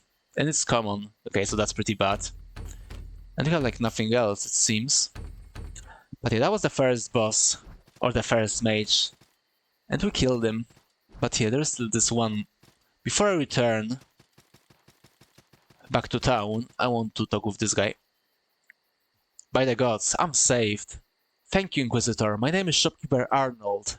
I return to Partner's Vale, where I shall open my shop for business. Okay, so it also like works like in Demon Souls. When you can like find guys in the world and they would like return to your nexus. Or Partner's Vale in this game. But yeah, let's see what we can find there. And there's like one more place we can go to. Which when you remember that closed gate. There's also a place to use a hookshot on. That's not open from this side. Okay then. So yeah, we'll go there next. Ooh. There we go. What do we have here? Exotic strand. What does it do? A short measure of string of some marvelous material can be used to upgrade tools. Okay, I see. Tender vine. This is also like a very rare material. A rare vine sometimes found growing symbiotically over more common plants. It is extremely fragile, but highly valued for its use in improving the potency of potions and elixirs. Also, it seems to be an Estus flask shard. Okay, that's good to know. Let's get this one. And see what else we can find. Nothing, it seems. Yeah, no, maybe this place is just for lore. Although there is something there. So maybe it's like a shortcut. I guess we'll see in due time.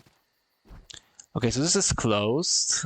And I didn't see any more routes. So I guess we can go back home now. And what's here? Okay, that's where we came from. Or that's where the mage is. Is there something else there?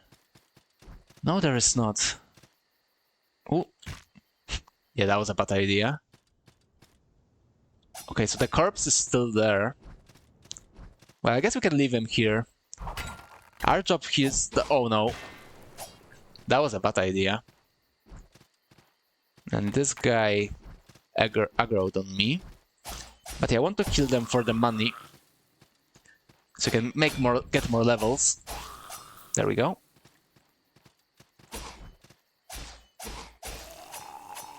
Beautiful. Now we have a lot of salt and silver, which I don't know what we can use it for yet, but we'll see. I mean, I guess I know we can level up, right? Yeah, that was good. That was good. I love when you stun lock people in midair. That's what the video games are all about. Come on. Beautiful. Yeah, take this, of course. We want more flasks. And also more berries. Very nice. And yeah. Let's get this too. And next time, we'll actually go there. We'll actually use that hookshot and explore the rest of the area. But yeah, since our stream is coming to a close, because it's getting a bit late for me, then for now we'll return to the camp. Okay, let's put everything here. What else can I put? Yeah, let's put this. I don't need that. Also this. Oh, I can't put them at all. Well, I guess. Oh yeah, we need to like read all the lore. Okay, give me a moment. I'll put all the lore. We'll also test out if we can like upgrade things without having stuff on our person. Okay, in fine leather, put it here. Just like in Monster Hunter, pull all the materials back to the back to the storage. That's what we do in those games. But yeah, first let's read some more lore.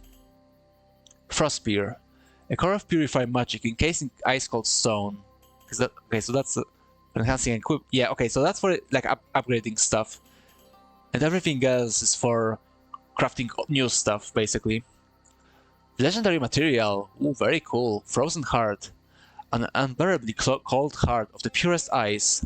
Whatever icy blood it may have once pumped is completely still now. An air-filled blue balloon. Yeah, because it's a lung. Squeezing it expels a breathtakingly cold blast of air. Blue finger. This one's... Icy vein is common. A fleshy vein. It is cold enough to freeze water, yet pliable as one might expect an ordinary vein to be. Okay. The severed frost-eaten finger of a creature of cryomancy. Okay, so that's the lore. Very deep, I think. But yeah, let's leave it here for now. And let's talk with... Yeah, let's see what new quest we'll get. Good work, Inquisitor. You freed Ashbourne Village from Cellus Zen's icy grasp. If you haven't yet, I'd recommend taking any relics you collected from his corpse to Warpsmith Zakiel. If you're to survive in these lands, you will need to learn how to use the very essence of the mages against them.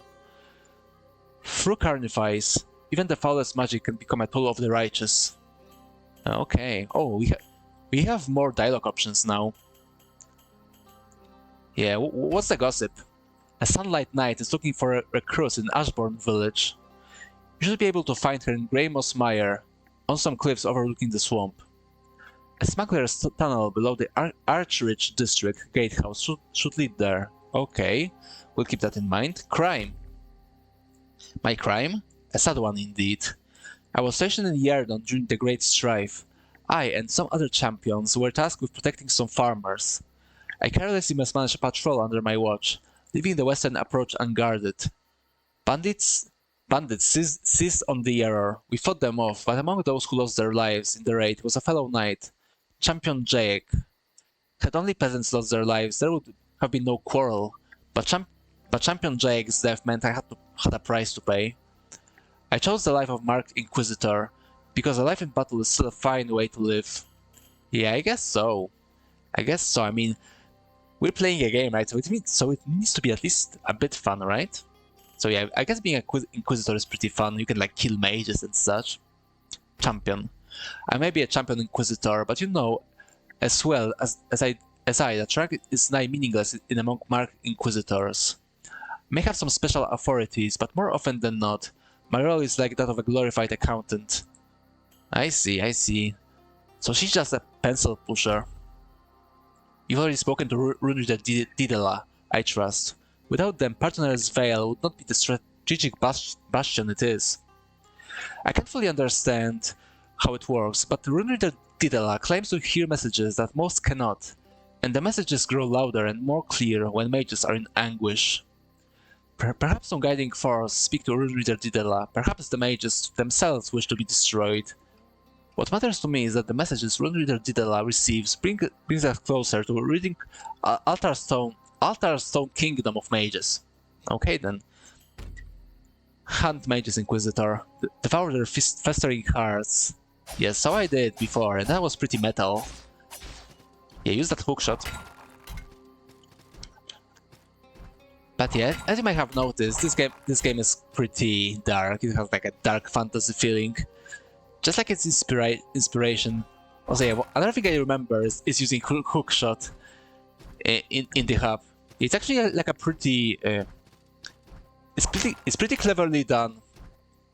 So it's almost like a fast travel in the camp. Like yeah, see, now we're here at the level up statue. So yeah, let's actually do it. Let's level up as much as we can. Okay, we can level up to level 7. We get 6 black starstone and 1 gray starstone. Okay, let's do just that. And now we're so cool and level 7. So yeah, it basically works like in Salt and Sanctuary. You like level up and then you get like a few. It was called perils in the first game. And here's like star stones, but yeah, you can use those stones to like select perks here.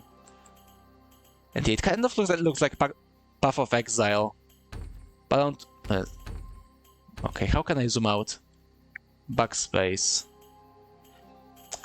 Yeah, it looks a bit daunting, but it's actually pretty easy to use. Okay, what do I want?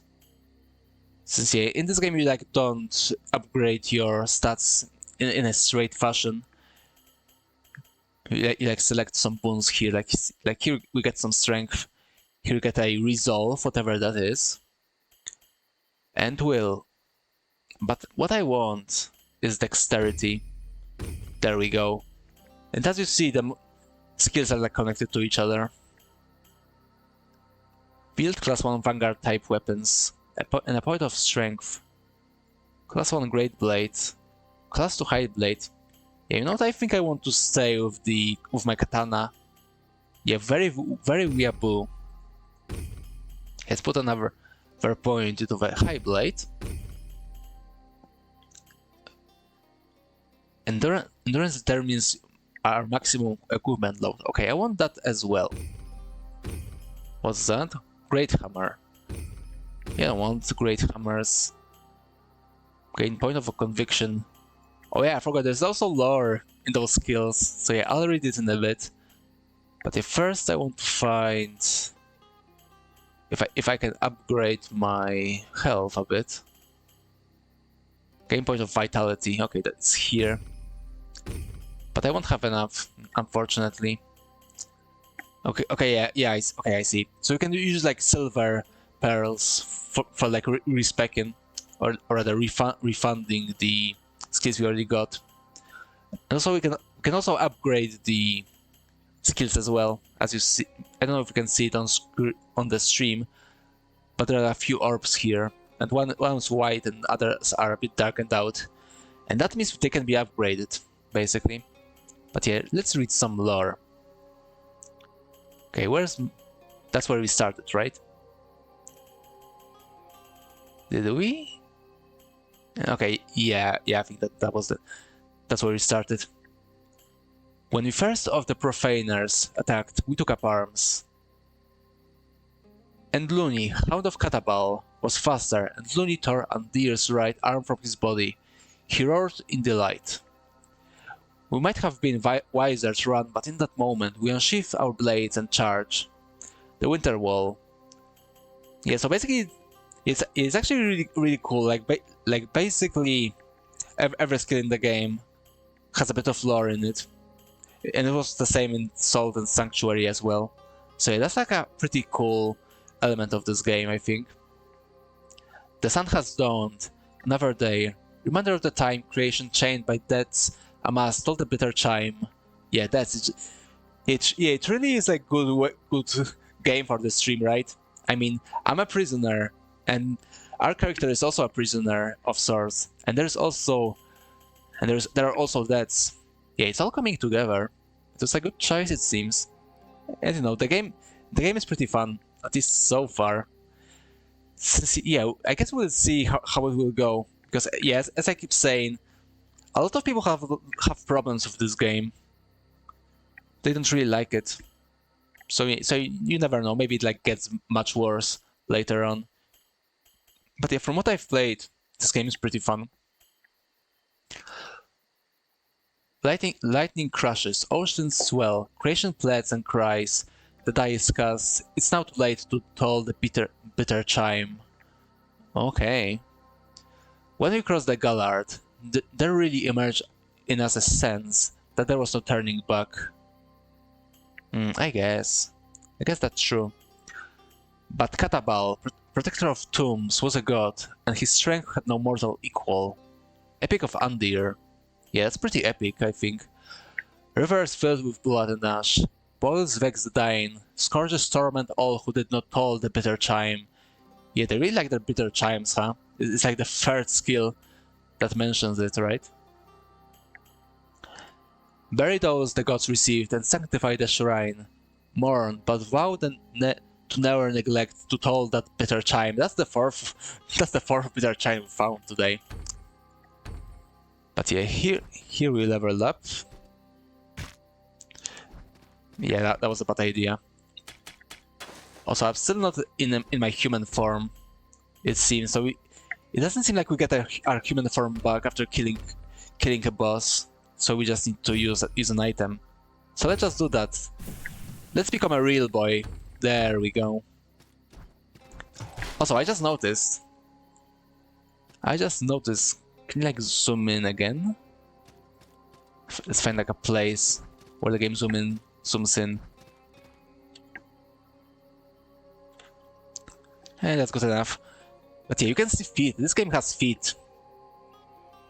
Yeah, this game really has everything. I mean, not every game has feet, right? But this game for sure has also 1, 2, 3. Yeah, it seems like our character has only like four fingers at their feet. But you know, they're elves, so you know, I guess that's understandable. You know, being an elf is suffering, and having 4 toes, it may be a part of it. But yeah, let's look somewhere else. Okay, we were here already. Yeah, let's see what that other... Okay, yeah, I remember. As I said before, it's basically a fast travel option. Craft equipment. No crafting available. Hunt mages to obtain materials. Oh, okay, so we can like put them in the storage. We need to like lug them here. Okay, I guess we can do that. Why not? Why not? Hold on. That's where the storage is. Yeah, give me all my icy veins. Yeah, it would be nice if you could just take everything. But doesn't seem possible. But actually, do the materials do something to our carry weight? Let's see. Okay, they actually don't do anything, so may as well just take everything. Yeah, it's actually surprising. Okay, we can't hold anymore, it seems. But yeah, let's take everything we can in that case. There we go. And yeah, materials don't take any carry weight. Yeah, that makes sense. But yeah, one thing I noticed is that the game doesn't really explain a lot. And by that I mean I don't really want to be handholded, but at the very least, having some information about whether like carrying materials counts your carry weight or not. Great to see your serve return. I mean, for example, Dark Souls games and Demon Souls, they actually, for like having like no tutorial and such, they actually do explain a lot. Like you get like all the information you need in those games, and even if like forget, you can like go to the Nexus or somewhere, and then you have like all the messages laid down for you. But yeah, this game, from what I know, doesn't have like any help option or anything. When you have like every mechanic nicely described. Which yeah, it's not a big deal, but still, it's a bit annoying. See, if I like return to that game after a while, I would like not remember anything about it. So having like something to refresh the memory would be nice. Great to see your safe return. Now, what can I help you with? Crafting. The technical term for warpsmithing is carnifice. Creating magical artifacts from flesh and bone relics of the mages you slay. Mages are conduits to realms of pure energy. The art of carnifice is to capture that energy as a solid metal. Armor crafted from a pyromancer's flesh, for instance, may feel like cool metal, when in reality it is the purest, hottest fire made solid. It's actually pretty cool. That's pretty cool world building. Yeah, those items are nice. It'd be cool to have them. Tarunan praised his holy name. God of the Forge, his flesh merged with Alex, god of fiery fury, their union given the name Mangan, divine child of shining metals. But listen to me, droning on about the gods. All I know is that there is divinity in the fire in my forge, and the sin of metals. Okay. Enhancement.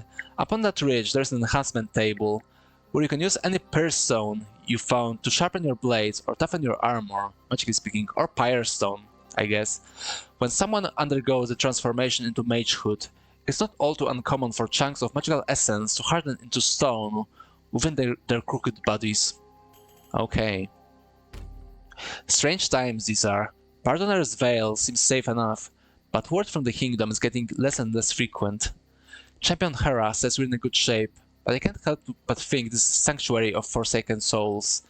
Yeah, it tends to be like that, right? See around. Okay, can I craft something? Increases cold attack, because that's like a dagger. Increases cold defense, increases maximum stamina. Okay, yeah, that seems to be the best choice for now. But yeah, we still don't have... Oh, okay, yeah, we actually have enough to have a new weapon. We just can't use any of them yet. Oh yeah, we can get any armor as well. But yeah, there's no katana, it seems. Yeah, no katanas for us. It's so over. Display trophy. Only this item will add it to your trophy collection in your tent in Pardoner's Vale. Yeah, why not? Okay, first let's do this. Let's craft this one. Left mouse craft. There we go. There we go. Yeah, we got that one already, right? A ring forged of cold steel. A blue star-shaped gem is set in it. See, let's take that. Okay, I want. Do I want the? Do I want it? Do I want the dagger or the trophy? A ceremonial pick fit for sharding the bones of cryomancers. A glistening rime covers the thin blade. Okay. Let's get the dagger. Oh, okay, yeah, I see. There is this little icon. I didn't notice it before. Okay, let's equip it. Yeah, hold on. Oh, okay, so that's how it works. There's no item carry weight. Yeah, I played too much Demon Souls. I'm so sorry. That was stupid of me. But yeah, let's get the Cryomancer's pick. And also our Frosten Ring. There we go. Now we have more stamina. We're so back.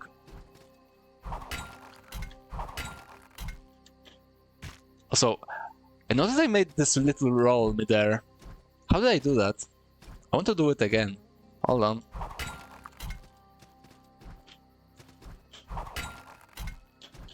Yeah, how did I make this cool roll? No idea. Well, I guess I'll never do it again. Yeah, there's a trader we found. Hello, friend. Care to see my wares? Yeah, that's a true Dark Souls merchant, although here you can sell some stuff as well. I've seen a few strange faces. Those that return from the field usually have an item or two that I'm happy to pay silver for. Okay. Anything more? Take a look. What do we have? Okay, some armor. Okay, that's a heavy armor. Yeah, the thing is it better or worse than what I have right now? Some comparison would be nice. But yeah, basically, if you like, I guess if you want like change your build, you can like do it here. Okay, there's some bows. Okay, we have that one already. Okay, here, small bag of silver. Okay, so I guess it's like in Sekiro, we can like buy, you can like buy pouches, like store your currency in, so you won't lose it upon death. So I guess that's how it works. Salt splinter. What's that? Splinter of salt. A crystal substance said to have formed from the ashes of stars. Okay, so we can buy some experience from him as well. So that may be good for later. Okay, that's what. Yeah, we don't need to buy those, right? They're like everywhere. So maybe not. And no keys. Be seeing you. Okay. Okay, we were here. Also, apparently I have a tent. Great to see you back, Zan. How has Pardoner's Vale been treating you, friend? Until recently, Pardoner's Vale was 2 tents and the Mirror Gate. With the return of the mages, this place has really grown. New Inquisitors arrive from Altarstone Kingdom almost every day to hunt mages. Sadly, not all return from the field. Folks like me aren't warriors, but we help the effort any way we can. I wish you luck, Zan. So yeah, basically this works like Nexus worked in Demon Souls. You know, there were like slayers of demons who, you know, killed the demons, right? And they were fighting and getting souls. And there was also this like service sort of people, like Stockpile Thomas or the Blacksmith Baldwin. Yeah, everyone loves Blacksmith Baldwin, right? Mages. I don't know much about the mages, but I don't think anyone does. They are said to emerge from the woods, but no one has ever seen the home of a mage. Perhaps they never rest. Stable. Yep, I'm the stable hand here at Pardoner's Vale. Your mount was a little worse for the wear, but he's mending just fine with some medicinal aid. From Herbalist Shina. Yeah, I wonder, can we like use the mounts? That would be cool. I guess we'll see later. But yeah, I don't... Okay, we can pet the mount again. But yeah, I don't think so, since we're just teleporting around with the Mirror Gate. Just like in Demon Souls, right? God, I love Demon Souls. I want to play Demon Souls again. Hopefully I managed to like fix the crashes. But yeah, I think it will happen Can I open here? No. I think it will happen next month. Which again, this will be like an anniversary month, so this will be very nostalgic. We'll be playing games I streamed when I first started. Yeah, it will be fun, I think. Okay, here's the gates. But we have... Yeah, I don't think we have any... Yeah, there are just any missions? Yeah, there's Ashbourne Village, we know that. But no more hunts. At least for... Oh yeah, I forgot. There's still like one more way we can go in the village. So I guess that's the right way. You've devoured a mage. Tell me, Inquisitor, how do you feel? I feel nothing. Or alive. I think alive is the better option. I do feel a bit alive, right? There is no doubt you are burdened by the mage bane, right? Devouring the heart of a mage will relieve you of some of that pain. Anything else? Barnard's Vale is peaceful. There is chaos all around us, but in this moonlit vale, we're safe. Anything else? No. Okay. So long. So long indeed. Okay, let me try to find like one more area we can use the hook shot. Locked. Okay, that's locked. Okay, I need to remember there's like this up climb we can do. Oh, there's some stuff. I want the stuff. Thank you. More silver. But nothing to spend it on. It's so sad. And do you have something new to say? Also, can I upgrade my flask? I cannot upgrade my flask yet. But I can upgrade my ammo pouch. So I guess that's something. I mean, as we saw before, the bow was pretty good actually. So I think it's good to have more ammunition. Okay, what's here? Yeah, I guess it's her tent. So yeah, let's not go there. Wonderful. You've already devoured a mage. Yeah. A haze spiral, eh? The haze burned are sad beings, their souls plagued by the arcane warp of mages. I shall craft for you a haze decoction, useful in the runic arts. Haze decoction. Okay, so I guess this is like a... how is it called? How was it called in Dark Souls 3? It wasn't an Estus flask. Estus flask was for health. It was like called Estus flask or something like that. I don't remember. Yeah, either that or flask of cerulean tears from Elden Ring. Yeah, from what I remember, it like recovers our magic or mana. A decoction brewed from haze spirals, harvested from haze-burned husks, quaffed to restore runic focus. Those burned by haze are reduced to mindless shells by the arcane warp of magic. If an Inquisitor can gain combat resolve through that tragic loss, the realm might be better off for it. Okay, yeah. That's a lot of words to say. It's just an MP potion, right? Okay, I think there's still... Yeah, actually that's all of them. Yeah, I think we did everything so far. So can I open it? It doesn't open from this side. But I remember it was like here, right? Maybe we can like still open it. It would be quite useful. Yeah, this one also does not open from this side, it seems. Yeah, just like we know what happens in those games. Shit's always locked. It's like a meme, like in Dark Souls 1. Like the door is closed from the other side. Which isn't very realistic, right? But it's like the crutch they always use. But you know, it's fine. It makes some fun level design rather.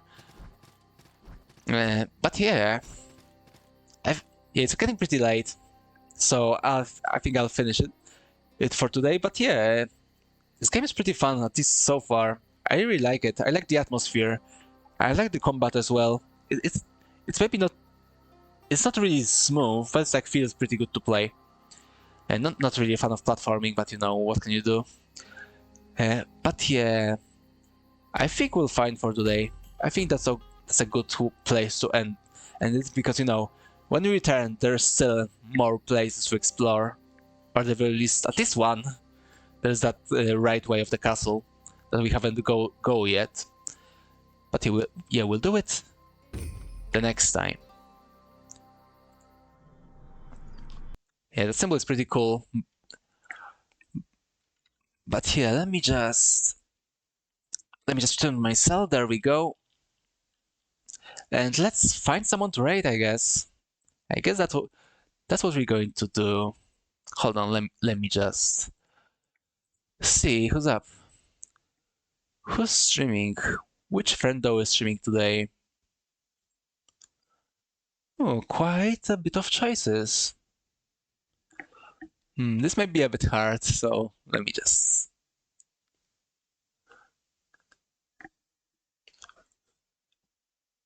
Yeah, you know what? Let's go to Kiji. He's playing Fire Emblem. We haven't raided him in a while, so yeah, let's go and say hi to Kiji. But yeah, another stream. As I said, I want to be a bit more organized lately, so I think another stream will be on Wednesday. Hopefully, my job won't be too hard. Uh, hard on me on Wednesday. But yeah, that's where the next stream will be. And yeah, since we kind of played the, I guess that was the indie slump day. So on Wednesday we'll play some retro games. And I already have an idea what. Maybe we'll finally play Germs because I wanted to play it since at least a few weeks. So yeah, we'll play Germs most likely. And if not, something else. I guess we'll see. But yeah, thank you for being here. Thanks for watching. I hope you enjoy the stream. And yeah, thanks to all the chatters, thanks to all the lurkers. I hope all of you uh, had some fun today, because yeah, I had some fun yapping and playing the game. It was quite fun. It's quite a fun stream, I believe. So yeah, thank you all for lurking. If you want to. Also, by the way, there's a lurk command now. We can like use it. Like yeah, I'll do it right now. Actually, no, I won't do it right now. I think that's something you need to discover for yourself, because yeah, I finally caved in and downloaded Sami. So yeah, I'll be like, yeah, it's like a really interesting software. So I'll be experimenting with it a bit more in the coming days. But yeah, so far there's like one command, and it's exclamation mark lurk, just like in the title. So yeah, maybe next time. Maybe next time you can like use it. But yeah, again, thanks to all this, thanks for chatting, thanks for watching. Thank you, Holden. Thank you, Tupo. Thank you, Blood Blooms, and also for the follow. I really appreciate it. Thank you, Kenrin, and thank you, Milo, and thank you, Tupo again. Since I don't remember if I thanked you, yeah, thanks for being here, Holden. I'll try to catch your stream again as well when you stream during the Euro hours. And yeah, that's all for today. See you guys on Wednesday. And let me just set up the raid to Kiji. Yeah, just say hi to him from me, and that's all I have for you. So yeah, thanks for being here again. I'll see you guys on Wednesday most likely. And yeah, that's all for today. See you guys some other time.